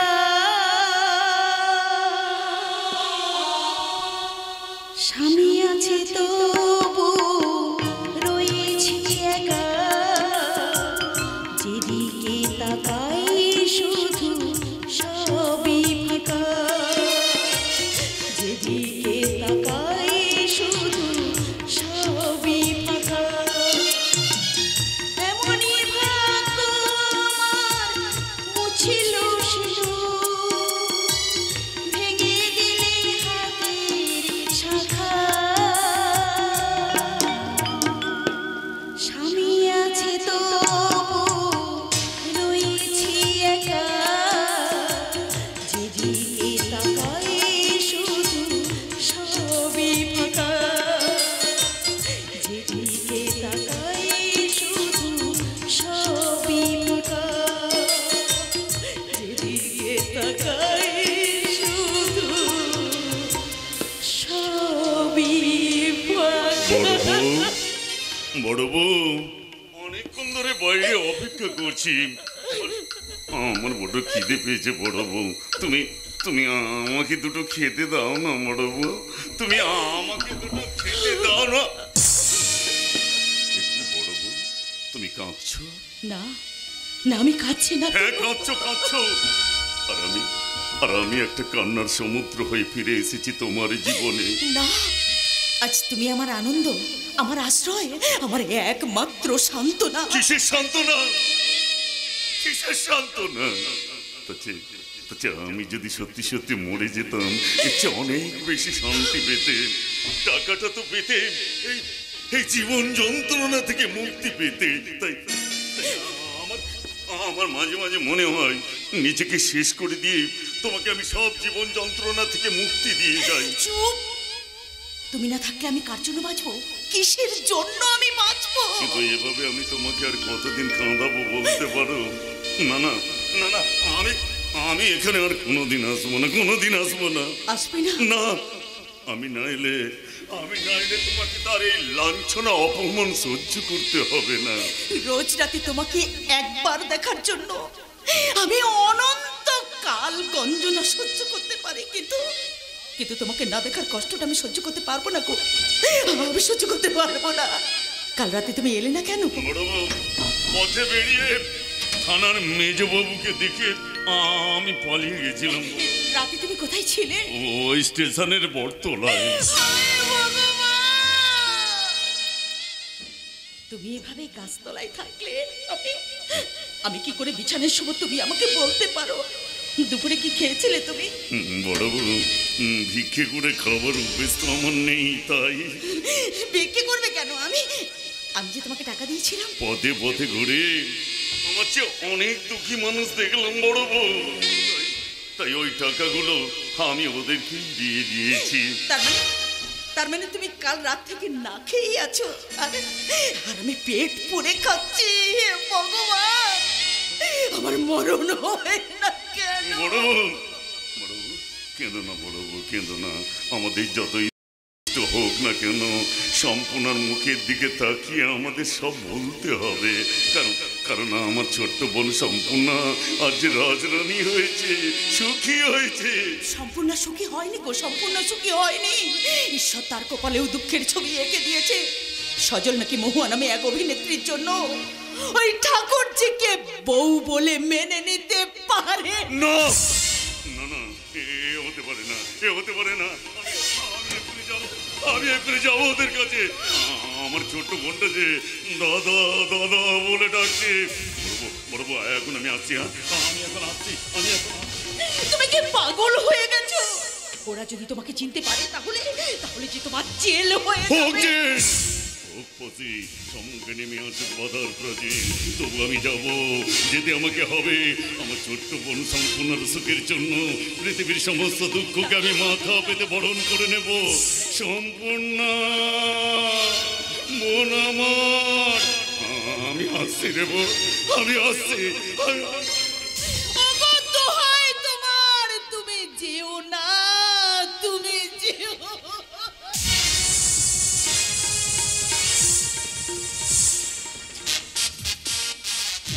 অসম্ভব, আমাকে তো ওসব কাজ হবে না। হবে না মানে? এতদিন হতে পারলো আর আজকে হবে না কেন? আমার ইচ্ছে তাই। আপনি আর এখানে এসে ওসব কথা বলবেন না।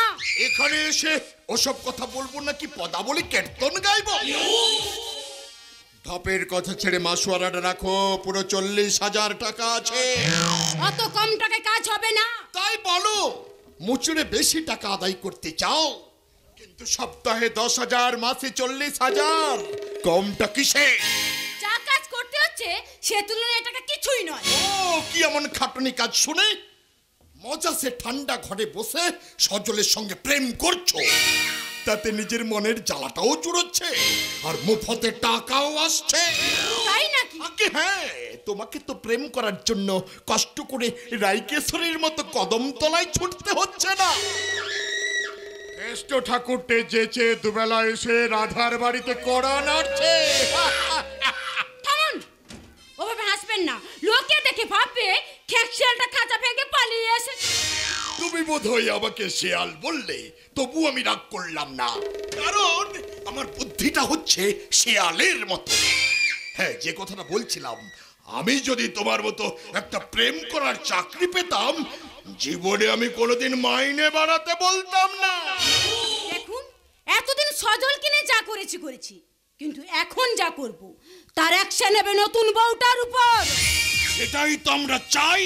তা ডবল অ্যাকশন কাজের জন্য ডবল টাকা চাই। নাও, ডবল টাকাই নাও, কিন্তু কাজটাও ডবল স্পিডে করো, না হলে মহাভারতের মুসল পর্বটা যে একদম জমছে না। মুসল পর্বটা জমানোর জন্য আপনার মতো একজন শকুনি মামারও দরকার। চাঁদু মামা। তা মামা বলে যখন ডাকলে তখন একটু সাবধানে চলো ভাগনা। কারণ শকুনির পাশার চালে অনেক ভাগনার ভাগ্যটা বদলে যেতে পারে, বদলে যেতে পারে। কি ব্যাপার মহুয়া, এইসব লোকজন তোমার কাছে আসে কেন? সেটা আমার ব্যক্তিগত ব্যাপার, তার কৈফিয়ত আমি আপনাকে দেব না। কিন্তু নিজের বিবেকের কাছে কি জবাব দেবে মহুয়া? কি বলতে চান আপনি? বলতে চাই, সজলায় বিবাহিতা, এখন তোমাদের ওই প্রেম প্রেম খেলাটা আর মানায় না। তবু প্রতিদিন অফিসের পর মাঝ রাত পর্যন্ত সে তোমার ঘরে কাটায় কেন, তুমি বলতে পারো? তার কৈফিয়ত আমি আপনাকে দেব না। দিতে হবে। কেন সে প্রত্যেকটা ছুটির দিন তোমাকে নিয়ে ঘুরে বেড়ায়? আর তার বিয়ে করাবো ঘরে একা বসে চোখের জলে বুক ভাসায়। সেই প্রশ্নটা সজলকে গিয়ে করুন। সে কেন আমার কাছে আসে? পতঙ্গ তো আগুনের কাছে আসবেই, তাহলে সেই আগুনে তাকে পুড়ে মরতে হবে, তাতে আমার মনের আগুনটাও নিভবে। না ভাই, পৃথিবীতে মেয়েরা আগুন জ্বালাতে আসেনি, বরং যোচনা হয়ে আলো দিতে এসেছে। মিথ্যে কথা। অন্যরা আলো পাবে বলে কেন আমাকে প্রদীপের সলতে হয়ে জ্বলতে হবে, তুমি বলতে পারো? এই কথাগুলো বলতে তোমার লজ্জা করছে না? লজ্জা? অভিনেত্রী হলেও তুমি তো নারী, সেই নারী ধর্মকে তুমি বিসর্জন দিতে পারো না? পারি। আমি শুধু নারী নয়, আমি নায়িকা। জীবনটা যাত্রা কিংবা সিনেমার গল্প নয় মহুয়া। তোমাদের মতো কিছু অভিনেত্রী জীবনের মঞ্চে শুধু অভিনয় দিয়েই চিরকাল মানুষকে ঠকিয়ে আসছে। আর সেই জন্যই তো যাত্রা সিনেমার মানুষকে লোকে ঘেন্না করে, ভালোবেসে কেউ আপন করে নেয় না, তাদের দুঃখে কেউ চোখের জল ফেলে না। নাটুদা, তাদের মৃত্যুতে সমাজ মুক্তির নিঃশ্বাস ফেলে, তাতে আমার কিছু এসে যায় না। কিন্তু আমাদের আসে যায়। আমরা তাদের আনন্দ দিতে চাই, আমাদের সৃষ্টি দিয়ে চিরকাল তাদের মধ্যে বেঁচে থাকতে চাই। তাই তোমার মতো মেয়ের সঙ্গে আর আমরা কোনো সম্পর্ক রাখবো না। হ্যাঁ, মহান শিল্পীদের আদর্শ সম্মান যারা ধুলোই লুটোয় তারা নায়িকা নয়, মোহময়ী। মোহময়ী, দেহ প্রসারিণী পতিতা। পতিতা? হ্যাঁ, আজ থেকে সেই পতিতাকে আমরা পরিত্যাগ করলাম। তোমার মতো কলঙ্কিনী নায়িকার জন্য আমরা যাত্রা সিনেমা জগৎকে আর কলুষিত করতে পারি না, কিছুতেই না। আমার কথাটা শুনে যান নান্টুদা, শুনুন। শোনার কিচ্ছু নেই, বরং তুমি একটা কথা শুনে রাখো মহুয়া, তুমি জীবনে কোনোদিন সত্যিকারের অভিনেত্রী হতে পারবে না। কারণ পুকুরের পচা শামুক কোনোদিন শঙ্খ হতে পারে না, কোনোদিন না। দাও দাও, তোমরা সবাই মিলে আমাকে গালাগাল দাও, তবু তোমরা কেউ কোনোদিন আমাকে এই পথ থেকে ফেরাতে পারবে না। তোমরা কেউ কোনোদিন এই মহুয়াকে চিনতেই পারলে না। কিন্তু আমি তোমাকে চিনেছি বোন। কে? কে আপনি? আমি তোমার এক হারিয়ে যাওয়া দাদা।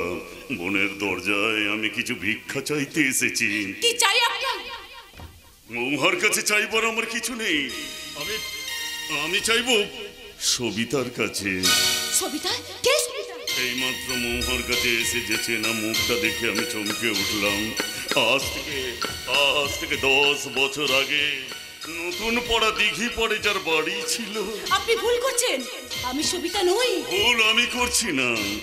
নিষ্ঠাবান পূজারী ব্রাহ্মণ সন্তোষ ভট্টাচার্য আর তার 2 মেয়ে সবিতা আর সাবিত্রীকে যে আজও নতুন পড়ার মানুষ ভোলেনি। কে আপনি?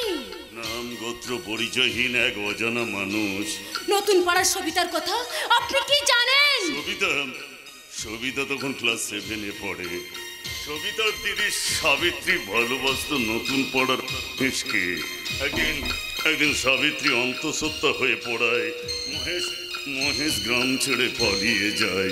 আর সেই দুঃখে লজ্জায় নিষ্ঠাবান পূজারী ব্রাহ্মণ সন্তোষ ভট্টাচার্য তার 2 মেয়েকে নিয়ে যে বিষ খায়। হ্যাঁ, বাবা আর দিদি হাসপাতালে মারা গিয়েছিলেন, আমি একা বেঁচে ফিরেছিলাম। কিন্তু পুলিশ তোমাকে ছাড়েনি। আত্মহত্যার অপরাধে আইন তোমাকে সাজা দিয়েছিল। তুমি নাবালিকা বলে তোমার 3 মাসের জেলও হয়েছিল। হ্যাঁ, নতুন পাড়ার থানার হাবিলদার সত্যব্রত রায়, যাকে আমি রাখি পরে দাদা বলে ডেকেছিলাম, সেই দাদা আমার হাতে 1000 টাকা তুলে দিয়েছিলেন। আর সেই টাকা নিয়ে পাড়ি দিয়েছিলাম দূর অজানার পথে। কিন্তু আপনি এত কথা জানলেন কি করে? তোমার সেই পাতানো দাদা সত্যব্রত রায় ছিল আমার অতি আপনজন। আমরা ছিলাম একই দেহে দুই প্রাণ, হরিহর আত্মা। দাদা দাদা এখন কেমন আছে? সত্য ট্রেন অ্যাক্সিডেন্টে মারা গেছে। দাদা মারা গেছেন? তাই তো সত্যের এক বোনের কাছে এসেছি, তার আর এক বোন সম্পূর্ণার জীবন ভিক্ষা চাইতে। সম্পূর্ণা? হ্যাঁ, সজলের বউ সম্পূর্ণা। সম্পূর্ণ আমার সত্যদার বোন? হ্যাঁ, আমার ওই সত্যের বোন। সত্যদার বোনের ক্ষতি করার কোনো স্বার্থ আমার নেই। আমি আপনাকে কথা দিচ্ছি, সজল আর কোনোদিন এ বাড়িতে আসবে না। আপনি নিশ্চিন্তে বাড়ি ফিরে যান। না, তোকেও যে পথ থেকে ফিরে আসতে হবে রে বোন। না না দাদা না, এই পুরুষকে আমি কোনোদিন ক্ষমা করব না। ওরে বোন, তুই কার উপর প্রতিশোধ নিতে চাইছিস রে? এই সমাজে কোনো পুরুষের কোনো ক্ষতি হয় না রে। ক্ষতি হয় সম্পূর্ণার মতো মেয়েদের। পুড়ে মরে শুধু মেয়েরাই। ওরে বোন, জীবনটা পবিত্র গঙ্গার মতো বয়ে চলা নদী, যারে কুল ভাঙে আবার ও কুল গড়ে ওঠে। বুকের মধ্যে জমে ছড়া বালুচরি ও সবুজ ফসল ফলে। যে নদীর জলে মানুষ পা ধোয়, আবার সেই নদীর জল ছাড়া যে কোনো দেবদেবীর পুজো হয় না রে। সেদিন আমার সত্যদা ওই কথাগুলো বলেছিল, জানি না আপনাকে, তবু সেই দাদার কথা স্মরণ করে আজ আমি আপনাকে এটা প্রণাম করতে চাই।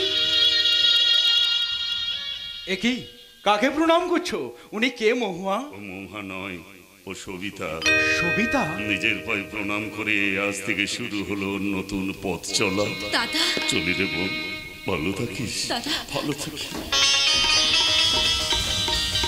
সবিতা, মহুয়া, এসব কি শুনছি? ঠিক শুনেছো। এতদিন মিথ্যে নাম মিথ্যে পরিচয় দিয়ে আমি তোমাদের সবার সঙ্গে ভালোবাসার অভিনয় করে গেছি। কিন্তু আমি যে সত্যিই তোমাকে ভালোবাসি মহুয়া। আমার সব কিছু জানার পরেও তুমি আমাকে ভালোবাসবে? মানুষ কারো পরিচয়কে ভালোবাসে না, সে তার হৃদয়কে ভালোবাসে, আত্মাকে ভালোবাসে। তাহলে আজ একটিবার জীবন রঙ্গমঞ্চে আমাকে অভিনয় করতে দাও, একটু পরেই সজল আসবে। আমাদের সত্যিকারের অভিনয় দিয়ে ওর মিথ্যে স্বপ্নটাকে ভেঙে দিতে হবে। হ্যাঁ, তারপর আমরা বাঁধবো আমাদের ভালোবাসার ঘর। বাহ, চমৎকার মহুয়া, চমৎকার। এই কথাগুলো বোধহয় কয়েকদিন আগেই তুমি আমাকেই বলেছিলে। বলতেই পারে, মানুষের মনটা তো আর পুষ্পানা পাখি নয় যে এক খাঁচাতেই জীবনটা বন্দী থাকবে। মহুয়া, তোমাকে ভালোবেসে আমি আমার স্ত্রীকে গ্রহণ করতে পারিনি। এত বড় ত্যাগের বিনিময়ে। ত্যাগ না বদমাইশি? বদমাইশি? বিবাহিত হয়েও যে পুরুষ অন্য মেয়ের পেছনে ঘুরে বেড়ায়, সমাজের চোখে সে একটা লম্পট বদমাইশ। আর যে মেয়েটা একই কথা একইভাবে একাধিক পুরুষকে বলতে পারে। কেন বলতে পারবে না? তুমি যদি নিজের বিয়ে করা বউকে ঘরে ফেলে আমার কাছে ছুটে আসতে পারো, আমি কেন মলয়কে কাছে টানতে পারবো না? মুম্বাই যাওয়ার নাম করে মিথ্যে গল্প সাজিয়ে তুমি আমার কাছ থেকে দূরে সরে গিয়েছিলে। ফুলসজ্জার রাতে চোখের জলে বুক ভাসিয়ে তুমি আমাকে তোমার কাছে টেনে নিয়েছিলে। আজ বুঝলাম কি গভীর ষড়যন্ত্রের শিকার হয়েছি আমি। সজল, দেখো না, ওই নাম ধরে তুমি আমাকে আর ডাকতে না। তোমার মোহিনী মায়ের জাল ছিঁড়ে আমাকে বেরোতে দাও, আর পৃথিবীর কাছে আমাকে চিৎকার করে বলতে দাও, আর কেউ যেন কোনোদিন কোনো নারীকে বিশ্বাস না করে। বিশ্বাস। সজল, তুমি আমাকে ক্ষমা করে দাও, তুমি সম্পূর্ণার কাছে ফিরে যাও। কেমন করে ফিরে যাব?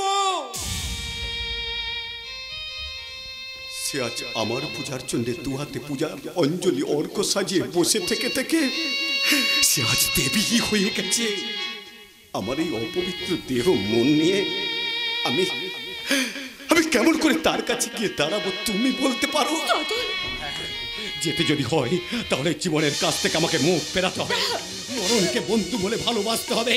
তোমাদের মতো মেয়েদের ভালোবাসার কাচের স্বর্গটাকে ভেঙে চুরমার করে দিতে হবে। ভেঙে চুরমার। সজল, আখি জল কবু পেল না, নিবিড় আধারে একা। আখি জল কবু পেল না, নিবিড় আধারে একা নেভাদি আর যেন না পথুয়ার চেয়ে থেকো না পিছু দেখো না আমি চলে যাই শুধু বলে যাই তোমার হৃদয়ে মন স্মৃতি রেখো না তুমি আর দেখো না তুমি আর দেখো না তুমি আর দেখো না। শুনে যাও সজল, তুমি শুনে যাও। আমাকে দেখে মেয়েদের বিচার করতে যেও না। আমার মতো হতভাগিনী মেয়ে বদল আর কোনোদিন এই পৃথিবীতে জন্মাবে না।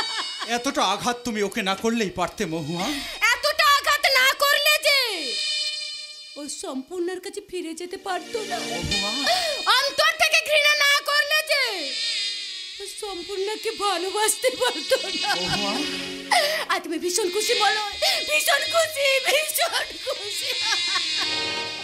তাহলে তুমি অমন করে কাঁদছো কেন? চোখের জল দিয়ে মহুয়ার মূর্তিটাকে ধুইয়ে দিলাম।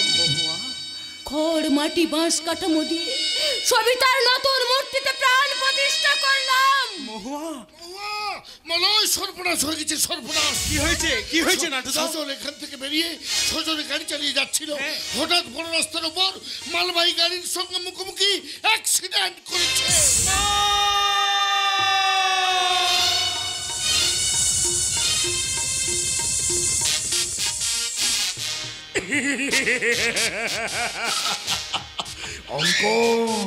অঙ্কের মতো মিলে যাচ্ছে রে দিদি। সজল হাসপাতালের বিছানায় শুয়ে মৃত্যুর সঙ্গে লড়াই করছে, আর তোর আমার ভাগ্য দেবতা ঘুম ভেঙে জেগে উঠেছে। কি বলছিস তুই? ঠিকই বলেছি, আঘাতটা লেগেছে সজলের মাথায়, 36টা সেলাই পড়েছে। জ্ঞান ফিরে এলেও যে কোনো মুহূর্তে আবার অবস্থা শেষ হয়ে যেতে পারে। আর এইভাবেই যদি সজল শেষ হয়ে যায়, তাহলে পুরো সম্পত্তিটা বিনা পরিশ্রমে আমাদের হাতের মুঠোয় এসে যাবে। না না, এ কখনো হতে পারে না। কেন হতে পারে না? এটাই তো আমরা চেয়েছিলাম। না, এ আমি চাইনি। চাসনি? সম্পত্তি তুই চাসনি? সম্পত্তি চেয়েছিলাম, কিন্তু ওই মা মরা ছেলেটা ছিল ওর বাবার চোখের মনি, তাই ওকে ওর বাবার স্নেহের সিংহাসন থেকে টেনে নামাতে চেয়েছিলাম। কিন্তু সজলের এত বড় সর্বনাশ আমি চাইনি। কিন্তু ভগবান তাই চেয়েছেন, তিনি সব সমস্যার সমাধান করে দিয়েছেন। এই সুযোগটা আমাদের কাজে লাগাতে হবে। জামাই বাবুর এখন মাথার ঠিক নেই, ব্যবসার সমস্ত দায়িত্ব আমার উপর ছেড়ে দিয়েছেন। এই মধ্যকায় কারখানার এবং ব্যবসার সমস্ত দলিলপত্র আমি নকল করে ফেলেছি। তুই শুধু জামাই বাবুকে বলে সইটা করিয়ে নিবি। কি বলছিস, পারবি না? এখান থেকে ফিরে আসার আর কোনো পথ নেই। মৌহার পেছনে হাজার হাজার টাকা ঢেলেছি, এখন আর ফিরে আসার কোনো পথ নেই। জানো শোন, একটু চুপ করে থাক, পরে যা হয় কিছু করা যাবে। আগে সজল হাসপাতাল থেকে বাড়ি ফিরে আসুক। আসবে আসবে সুপর্ণা, সজল আজই হাসপাতাল থেকে ফিরে আসবে। আমি নিজেই ওকে আনতে যাচ্ছি। সজল আজই হাসপাতাল থেকে ফিরে আসবে? হ্যাঁ, আজই ওর সেলাই কেটে ব্যান্ডেজ খুলে দেবে ওরা। তারপর জানো সুপর্ণা, আর আমি ওকে হাসপাতালে রাখবো না, বাড়িতে নিয়ে এসেই চিকিৎসা করাবো। হ্যাঁ তাই করো, কিন্তু ডাক্তার বাবুর মতামতটা তো জানার দরকার আছে। ডাক্তার নার্স সবাইকে আমি বাড়িতে ডেকে নিয়ে আসবো, যত টাকা লাগে লাগুক। এ দেশে যত রকম চিকিৎসার ব্যবস্থা আছে আমি করব। দরকার হলে বিদেশ থেকে যন্ত্রপাতি কিনে আনবো। আমার ব্যবসা সম্পত্তি সব আমি বিক্রি করে দেব, তবু আমার চোখের সামনে আমার সজলের চিকিৎসা করাবো। হবে সব ব্যবস্থা হবে জামাই বাবু, আপনি এত উতলা হবেন না। কেন এমন হলো বলো তো সুপর্ণা? আমি কেন তো কোনোদিন কোনো অন্যায় করিনি, কাউকে ঠকাইনি। আমার কারখানার শ্রমিকরা কোনোদিন ধর্মঘট করেনি, মালিককে তারা অভিশাপও দেয়নি। তবে আমার জীবনে কেন এমন অভিশাপ নেমে এলো তুমি বলতে পারো? ভেবো না গো, সব ঠিক হয়ে যাবে। হ্যাঁ হ্যাঁ, ঠিক তো হতেই হবে। জানো জানো সুপর্ণা, আমার কেন যেন মনে হয় আমি এতদিন শুধু বেঁচে আছি আমার সজলের জন্যে। ছেলেবেলায় মাকে হারিয়েছে, আমি ব্যবসা নিয়ে ব্যস্ত থাকতাম, তাই তো শুধু ওর জন্যই আমি তোমাকে বাড়িতে এনেছিলাম। হয়তো আমি আমার কর্তব্যটা করতে পারিনি। না সুপর্ণা না, তোমার কোনো দোষ নেই। সৎ ছেলেকে এত সহজে কেউ মেনে নিতে পারে না। তবু তুমি তো ওকে ছেলেবেলা থেকে কোলে পিঠে করে মানুষ করেছো। দোষ যদি কারোর থাকে সে আমার ভাগ্যের। ভাগ্য কখনো তোমার বিরুদ্ধে যাবে না গো, ভগবান তো আছেন। ভগবান আছেন, আমরা তো আছি জামাইবাবু। হ্যাঁ, তোমরা তো এখন আমার একমাত্র ভরসা। সাধু, এখন আমি হাসপাতালে যাচ্ছি, তুমি একবার কারখানায় যেও, ওদিকে যে কি হচ্ছে। কারখানা নিয়ে আপনি একদম চিন্তা করবেন না জামাইবাবু, ও দায়িত্ব আপনি আমার উপরে ছেড়ে দিন। আপনি এখন এই ফাইলগুলোতে সই করে দিন তো।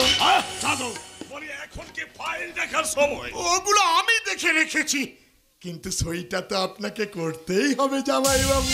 ঠিক আছে, দাও। কোথায় সই করতে হবে বলো?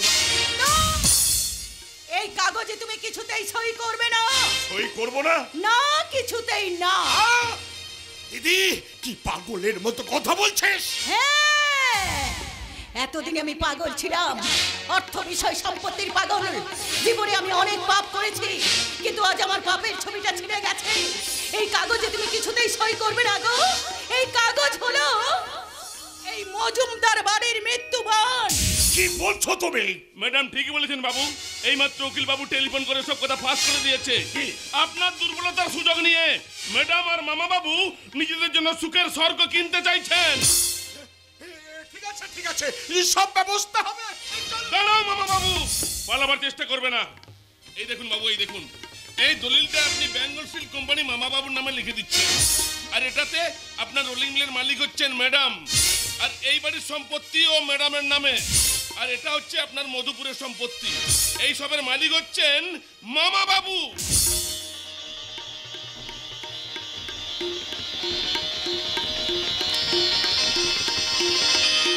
সুপর্ণা, এ আমি কি দেখছি? এ তোমরা কি করেছো? তুমি না সজলের মা?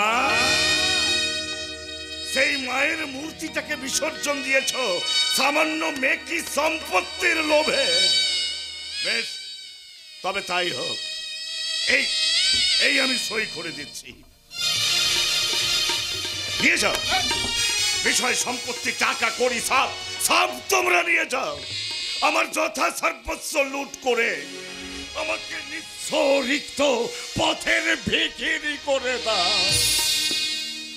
বিনিময়ে তোমাদের কাছে যে সম্পদটার কানা করিও দাম নেই, এই সংসারের শান্তিটুকু আমাকে ভিক্ষে দাও সুপর্ণা, আমাকে ভিক্ষে দাও, ভিক্ষে দাও।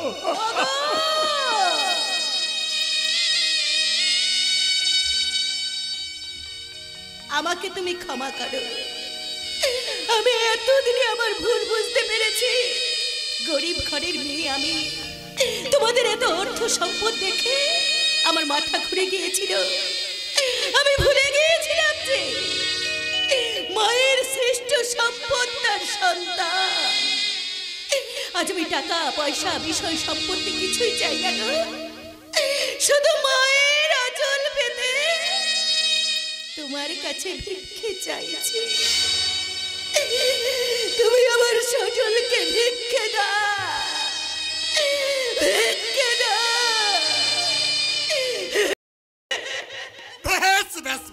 ব্যাস, দিদি যখন তার ভুল বুঝতে পেরেছে, জামাইবাবু চলুন আমরা সবাই হাসপাতালে যাই। চলুন। না, তুই আর এ বাড়িতে থাকবি না। তুই আমাদের শনি, এ বাড়ির সমস্ত সর্বনাশের মূলে তুই। তোকে এক্ষুনি এই বাড়ি থেকে বেরিয়ে যেতে হবে। কাকে কি বলছিস দিদি? আমি না তোর মায়ের পেটের ভাই? জামাইবাবু, আর 1 মিনিট এখানে দাঁড়িয়ে থাকলে আমি তোমাকে পুলিশের হাতে তুলে দেব। Get out, I say get out. ওই জামাই বাবু আমার কথা, নট এ সিঙ্গেল ওয়ার্ড। আর একটা কথা বলবে না, আর একটা কথা বললে আমি ঘাড় ধাক্কা দিয়ে তোমাকে পথে বার করে দেব। না বাবু না, এই নোংরা মানুষটার গায়ে হাত দিয়ে আপনার হাত দুটো অপবিত্র করবেন না। রতন, ওটা আমার কাজ, আমাকেই করতে দিন। খবরদার রতন। চুপ করো শয়তান। তোমার মতো ঘর শত্রু বিভীষণের শাস্তি আমার জানা আছে। ভালোই ভালো এখান থেকে যাবে নাকি ঘর থেকে ঝাঁটায় না ঝাঁটিয়ে বিদায় করবো? থাক থাক থাক থাক থাক, তা করতে হবে না। আমি চলেই যাচ্ছি, কিন্তু কাজটা তুই ভালো করলি না দিদি। নদী পার হয়ে তুই শেষে মাছিকেই ডুবিয়ে দিলি, কিন্তু ভগবান এই বেঈমানির বিচার করবেন। এই চাঁদ মোহনের অভিশাপে তোদের সর্বনাশ হবে, সর্বনাশ। যাক, এতদিনে আমার সংসার থেকে একটা মহাপাপ বিদায় হলো। এখন চলো আমরা সবাই মিলে হাসপাতালে যাই। চল। তাহলে তোমরা আর একটু অপেক্ষা করো। এ বাড়িতে এসে আমি কখনো ঠাকুরের ঘরে যাইনি। আজ একটু ঠাকুরের আশীর্বাদী ফুল হাতে নিয়ে আসি, ভগবানের আশীর্বাদ সঙ্গে নিয়ে আমি আমার ছেলের সঙ্গে দেখা করতে যাব। গিয়ে কোনো লাভ হবে না মা? লাভ হবে না? এ তুমি কি বলছো বৌমা? ঠিকই বলছি মা, ওকে এখন হাসপাতাল থেকে ছুটি দেবে না। কেন ছুটি দেবে না কেন? আজই তোর সেলাই কেটে ব্যান্ডেজ খুলে দেওয়ার কথা ছিল। সেই জন্য তো আমি সকালবেলা হাসপাতালে গিয়েছিলাম, কিন্তু ভগবান যদি বিরূপ হন, মানুষের কি করার আছে বাবা? এ তুমি কি বলছো বৌমা? তুমি আর চুপ করে থেকো না মা। বলো মা, বলো কি হয়েছে তুমি বলো। ওকে যখন ডাক্তার বাবুরা বেড থেকে ওদের ঘরে নিয়ে গেল, আমি ওর সঙ্গে সঙ্গে গেলাম, কিন্তু ডাক্তার বাবু আমাকে ঘরের মধ্যে ঢুকতে দেয়নি। তখন আমি জানালার কাছ দিয়ে দেখলাম। কি দেখলে?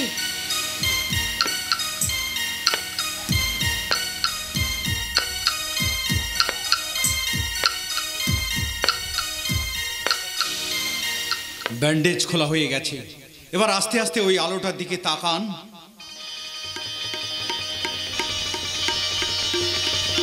ডাক্তারবাবু, ডাক্তারবাবু, আমি কিছু দেখতে পাচ্ছি না ডাক্তারবাবু, আমি কিছু দেখতে পাচ্ছি না। কোনো চিন্তা করবেন না সজল বাবু, সব সব ঠিক হয়ে যাবে। ডাক্তারবাবু, আমি অন্ধ হয়ে গেছি ডাক্তারবাবু।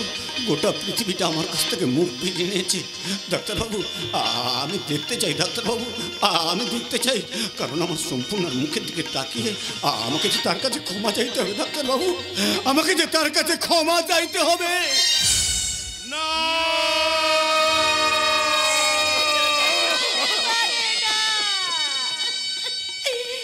এ ভগবান, এ তুমি কি করলে ঠাকুর?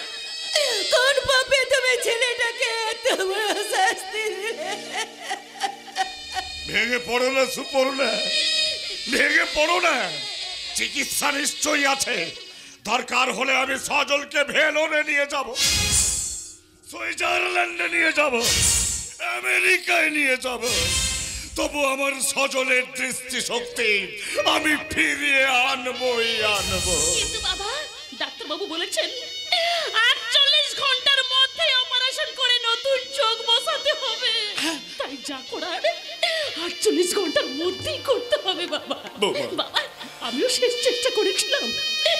আমি আমার একটা চোখ দিতে চেয়েছিলাম, কিন্তু ডাক্তার বাবু আমার চোখ দেখে বলল আমার চোখের কর্নিয়ার সঙ্গে ওর চোখের কর্নিয়ার মিল হয়নি বাবা, মিল হয়নি বাবা।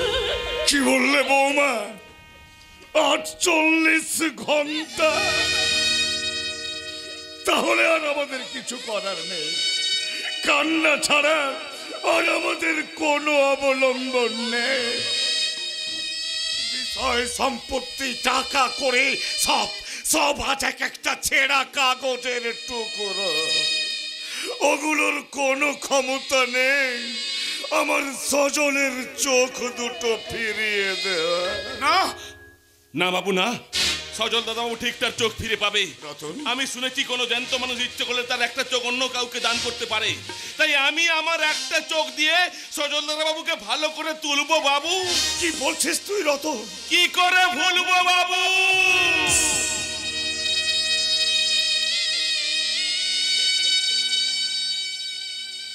আপনার স্নেহ, সজল দাদা বাবুর ভালোবাসার কথা। আপনাদের আমি অনেক নুন খেয়েছি বাবু, আর সেই নুনের দাম যদি আমি শোধ করতে না পারি, আমি কিসের মানুষ বাবু? আমি কিসের মানুষ বাবু? আমি কিসের মানুষ বাবু? ওরে না, না রে রতন, আমার ছেলের জন্য আমি তোর এত বড় সর্বনাশ হতে দেব না, কিছুতেই না, কিছুতেই না। তাহলে কি সজল দাদা বাবু আর কোনোদিন তার চোখ ফিরে পাবে না বাবু? পাবে, পাবে সজল তার দৃষ্টি ফিরে পাবে। ফিরে পাবে? হ্যাঁ, একটু আগে হাসপাতালে একটা অদ্ভুত ফোন এসেছে। এক ভদ্রলোক তার ঠিকানা জানিয়েছেন, এখনই সেখানে যেতে বলেছেন। সেখানে নাকি একজন লোক মারা গেছেন, মৃত্যুকালে তার চোখ দুটো সজল বাবুর নামে লিখে দিয়ে গেছেন। কি বলছেন আপনি ডাক্তার বাবু? কে সেই মানুষ, কি নাম, তার বাড়ি কোথায়? গেলেই বুঝতে পারবেন। আমরা মোবাইল হাসপাতাল সঙ্গে করে নিয়ে যাচ্ছি। সজল বাবুকে অপারেশন থিয়েটারে প্রস্তুত করা হয়েছে। আপনারা সবাই আমার সঙ্গে চলুন। হ্যাঁ, চলুন চলুন চলুন।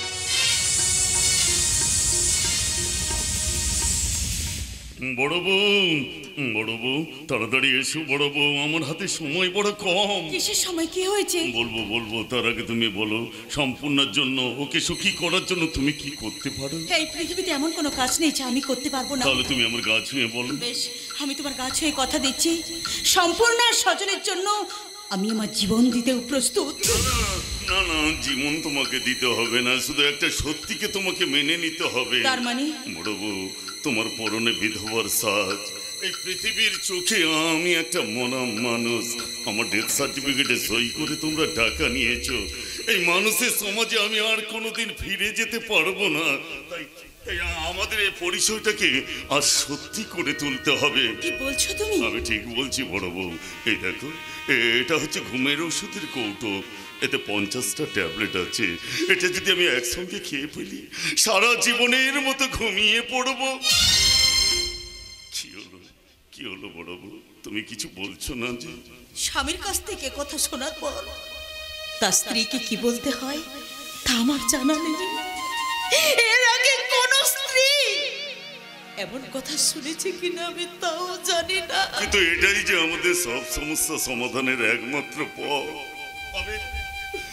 আমি মুক্তি পাবো আমার এই বন্ধুত্বের অভিশাপ থেকে, সজল মুক্তি পাবে তার অন্ধত্বের অভিশাপ থেকে, আর তুমি মুক্তি পাবে এই লাঞ্ছনার গঞ্জনার হাত থেকে। মুক্তি পাবো না সারা জীবন আমি যন্ত্রণা ভোগ করব? এই সংসারে যন্ত্রণা ছাড়া আর আমার কি পাওনা আছে তুমি জানো না? শুধু তোমার জন্যই আমি সব কিছু সহ্য করে বেঁচে আছি। আর তুমি যদি সেই পৃথিবীতে না থাকো তাহলে আমাকে কি জন্য এখানে রেখে যাবে? আমাকে তোমার সঙ্গে করে নিয়ে যাও। কি পাগলের মতো কথা বলছো বড় বউ? পাগলামি করার অধিকার বুঝি তোমার শুধু একার। তোমার অর্ধাঙ্গিনী হিসেবে আমিও তার অর্ধেক ভাগ চাই। এই কৌটোর অর্ধেক ওষুধ নিজের হাতে আমার মুখে তুলে দিতে হবে। না, আমি তো পারবো না বড় বউ, আমি তো পারবো না। কেন পারবে না? এতদিন ধরে এত আত্মত্যাগ করেছো, আজ এইটুকু পারবে না? কোথায় গেল তোমার মনুষ্যত্বের মহিমা? কোথায় গেল তোমার আত্মত্যাগের অহংকার? তোমার কাছে আজ আমি হেরে গেলাম বড় বউ, তোমার কাছে আজ আমি হেরে গেলাম। সজল সম্পূর্ণ তাদের দুর্ভাগ্য নিয়ে পড়ে থাকে, আর আমি ফিরে যাই আমার অভিশপ্ত অন্ধকার জীবনে।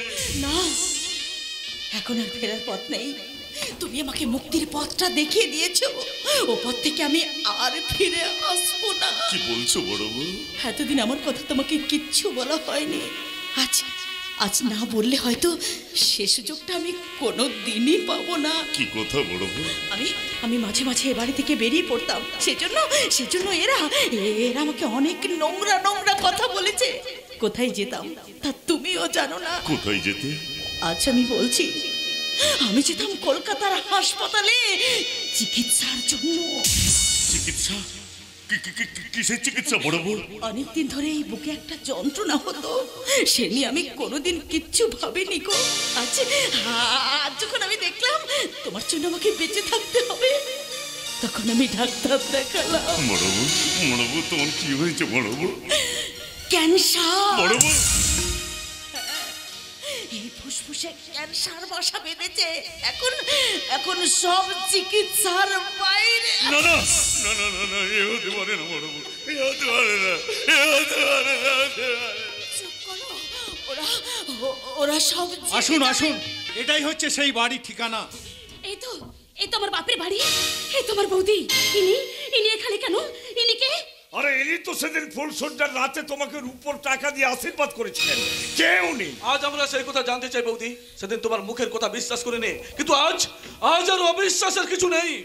তাই অপরাধীকে একেবারেই হাতে নাতে ধরে ফেলেছ। এরপর হাসতে তোমার লজ্জা করছে না? বলো, ওই নোংরা ভিখারিটা কেন তোমার কাছে আসে? ও তোমার কে?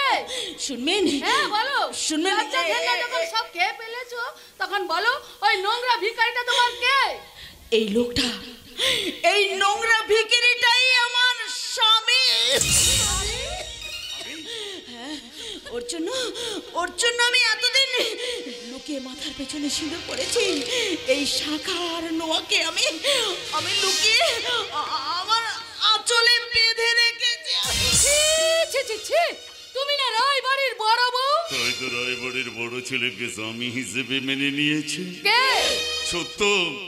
সত্যব্রত রায়। সত্য? সত্য? দাদা তুই বেঁচে আছিস বাবা? আয় বাবা, আয়। আমার বুকে আয় বাবা, আমার বুকে আয়। না, ওর কাছে আর আসবেন না। ওকে ছেলে বলে পরিচয় দিলে যে আপনাদের 5 লাখ টাকা ফেরত দিতে হবে। হেমা, ওই 5 লক্ষ টাকার জন্য তোমরা আমার পরমায়ুটাকে বিক্রি করে দিয়েছো। মমতার সধবা সজকে তোমরা খুন করেছো। ওই 5 লক্ষ টাকার জন্য মমতার স্মৃতির সিঁদুর হাতের সাকাপ তোমরা জোর করে কেড়ে নিয়েছো। বিনিময়ে আমি কি পেয়েছি? ঘৃণা, অপমান, কটূক্তি আর সন্দেহের লাঞ্ছনা। বাবা, তুমি আমাকে ক্ষমা করো মা। কাকে ক্ষমা করব? আমি না আপনার মেয়ের মতো, সকাল ঠাকুর পর বড় দিদির মতো 20 বছর ধরে এ সংসারে আপনাদের আমি সেবা করে এসেছি। তবু আমার চরিত্রের ওপর এতটুকু বিশ্বাস করতে পারেননি কেন? সারা জীবনের পরিশ্রমের বদলে একটু স্নেহ, মায়া, মমতা, ভালোবাসা আমি পাইনি কেন বলুন? কেন কেন কেন? শান্ত হও বৌমা, তুমি শান্ত। চলে যান আপনারা, চলে যান। আপনাদের সঙ্গে, এই সংসারের সঙ্গে আমার কোনো সম্পর্ক নেই। তুমি শান্ত হও, বড় বউ, বড় বউ, বড় বউ।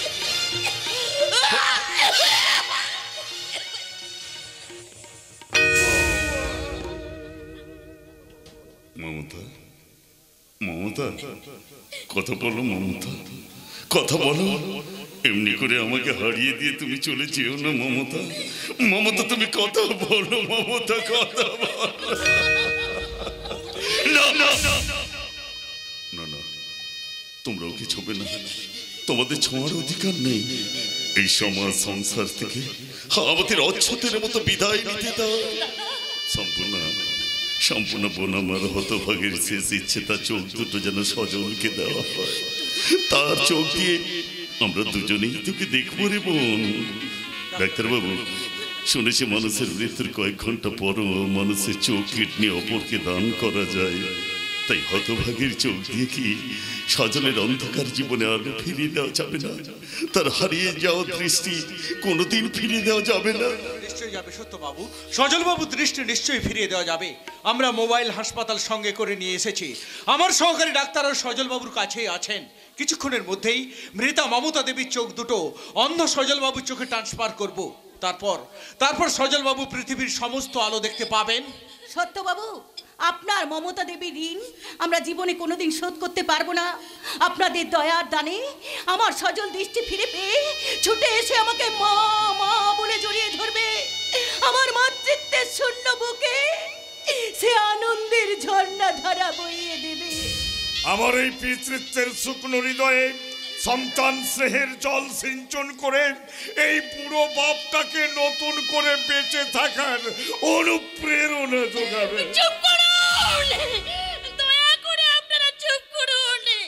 সন্তান সুস্থের আনন্দে আত্মহারা হয়ে ভুলে যাচ্ছেন ওই অসহায় পঙ্গু মানুষটার কথা, যে তার জীবনের সবকিছু হারিয়ে আপনাদের সবার মুখে হাসি ফুটিয়ে তোলার জন্যে আজও তার মৃতা স্ত্রীর মুখের দিকে তাকিয়ে সবার অলক্ষ্যে শুধু চোখের জলে বুক ভাসাচ্ছে। দুর্ভাগ্যে আমি চোখের জলে বুক ভাসাবো কেন রে? বরং তোদের হাসি আনন্দ আমার এই বুকটাতে চেপে রেখে মমতার শেষ ইচ্ছা পূরণ করে আকাশ বাতাস আর আমার মমতাকে শুনিয়ে আমি চিৎকার করে ডাক্তারবাবু, আপনার অমূল্য সময় নষ্ট করবেন না, তাড়াতাড়ি অপারেশনটা শুরু করবেন। চলুন, হতভাগের চোখ দিয়ে সজলের অন্ধকার জীবনে আলো ফিরিয়ে দিয়ে এই পঙ্গু স্বামীর স্ত্রীর প্রতি শেষ কর্তব্যটুকু পালন করার সুযোগ করে দিয়ে তারপর হতভাগীকে শ্মশান চিতায় শুয়ে দুফোঁটা চোখের জলে ওর চলন্ত চিতা নিভিয়ে ওর সমাধি বেদি বানিয়ে আমি সারা জীবন অতন্ত্র প্রহরীর মতো জেগে থাকবো ওর সমাধির পাশে। আর মমতার সঙ্গে কথা বলতে আমি চিৎকার করে বলবো, জীবন বিনার ছেড়া তারে বাজে দুঃখের রাগে নিয়ে কত স্মৃতি মাথা পথ হারা পথে গিয়ে ওঠে